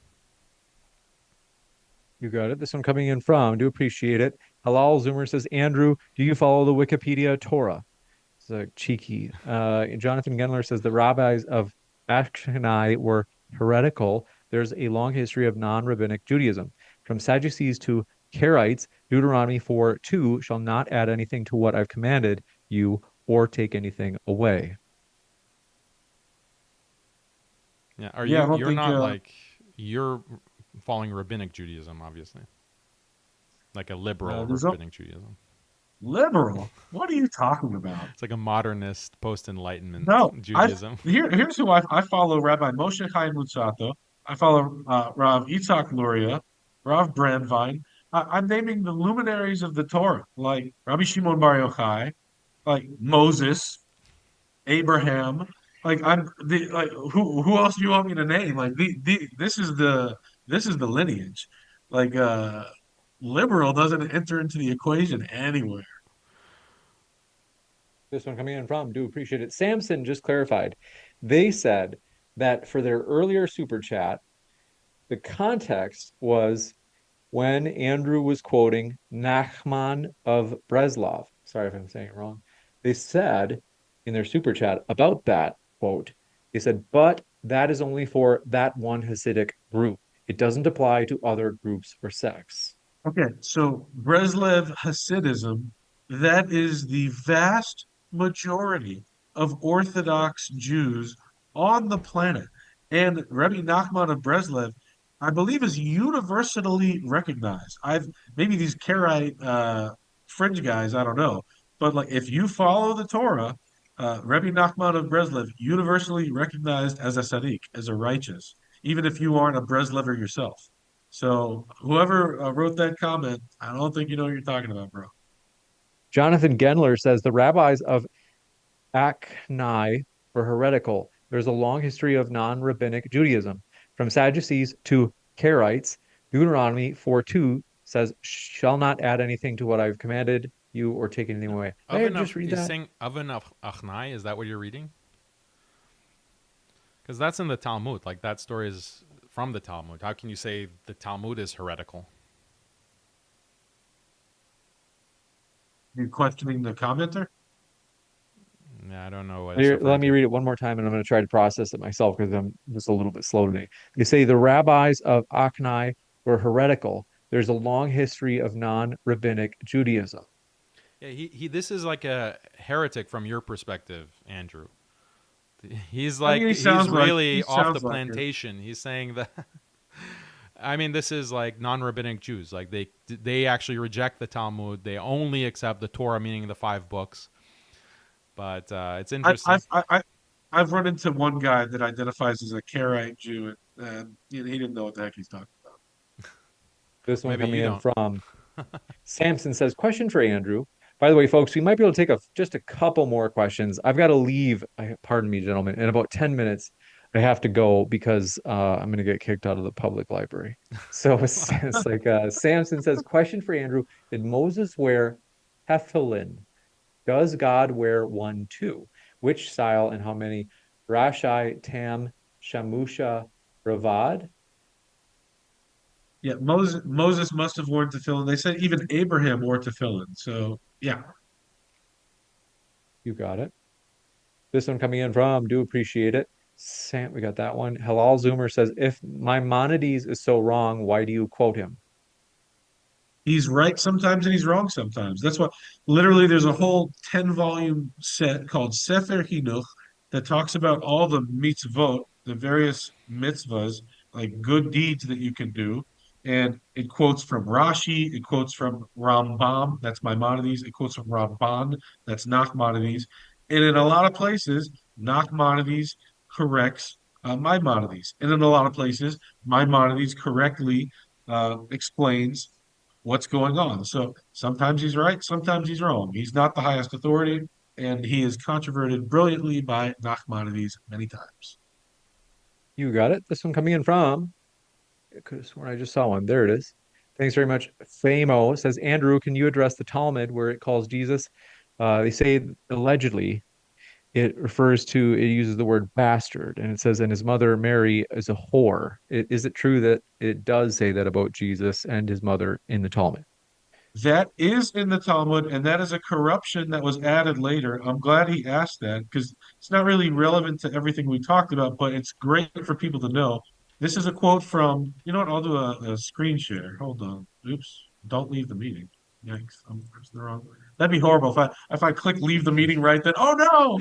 Like You ran that'd be pretty away funny. from the Yeah, Jesus yeah, in the yeah. Talmud Hold on. question. Yeah, yeah, yeah. Hold on. Okay, there was a whole fabrication. Oh, dang it. There's a whole fabrication about the danger of the teachings of that man, Jesus. It was created with false dogmas and it was done in a repugnant manner. Through him, a lot of nations were going to know God, and now we have to fix those mistakes. That is Kabbalist Moshe David Valley. He is a Sadiq. He was the student of the Ramchal, Rabbi Moshe Chaim Lutzato, and he said that the stuff about Jesus that was added later to the Talmud is a corruption that was added later. So, good. Yeah, so my response to that is, yeah, a modern rabbi will claim that. A lot of Jewish apologists will claim that. But if you go to the older sources, clearly the Talmud is referring to Jesus and referring to him as an illegitimate child of a harlot, calling the Mary mother of Jesus a harlot. This is go to a definitive academic source by a Jewish source, actually. Jesus in the Talmud by Peter Schaefer. This is published by Princeton University Press. And Peter Schaefer is very good because he is going in depth into the Talmud and the history of the Talmud. And he's, saying, yeah, this is referring to Jesus. Judaism, rabbinic Judaism, has a big problem with Jesus, and Jesus is a big challenge to Judaism, so it has to be responded to, and it's responded to in the Talmud in very interesting ways and very disturbing ways. But read Peter Schaefer's Jesus in the Talmud. Maybe Andrew can read it as well from Princeton University Press. It's very academic. In case you're not getting what I'm putting down, your guy Peter Schaefer, he's referring to stuff in the Talmud that, according to Kabbalist Moshe David Valley, this is a Sadiq. This is like the Christians would call their people saints. I don't know what the word for it is in Islam. This is a righteous. He's saying that the quotes that we see in the Talmud, they were added later. They're not authentic. They are corruptions that were added. So Who? Peter What's Schaefer what's his can authority? Like, is he a professor somewhere? Like, you consider him a saint. no. I don't consider him a saint. Like, let Moshe give me an Moshe David academic citation. yes. Moshe David Valley, who I just showed you his quote, he is the highest student of the Ramchal, Moshe Chaim Lutzato.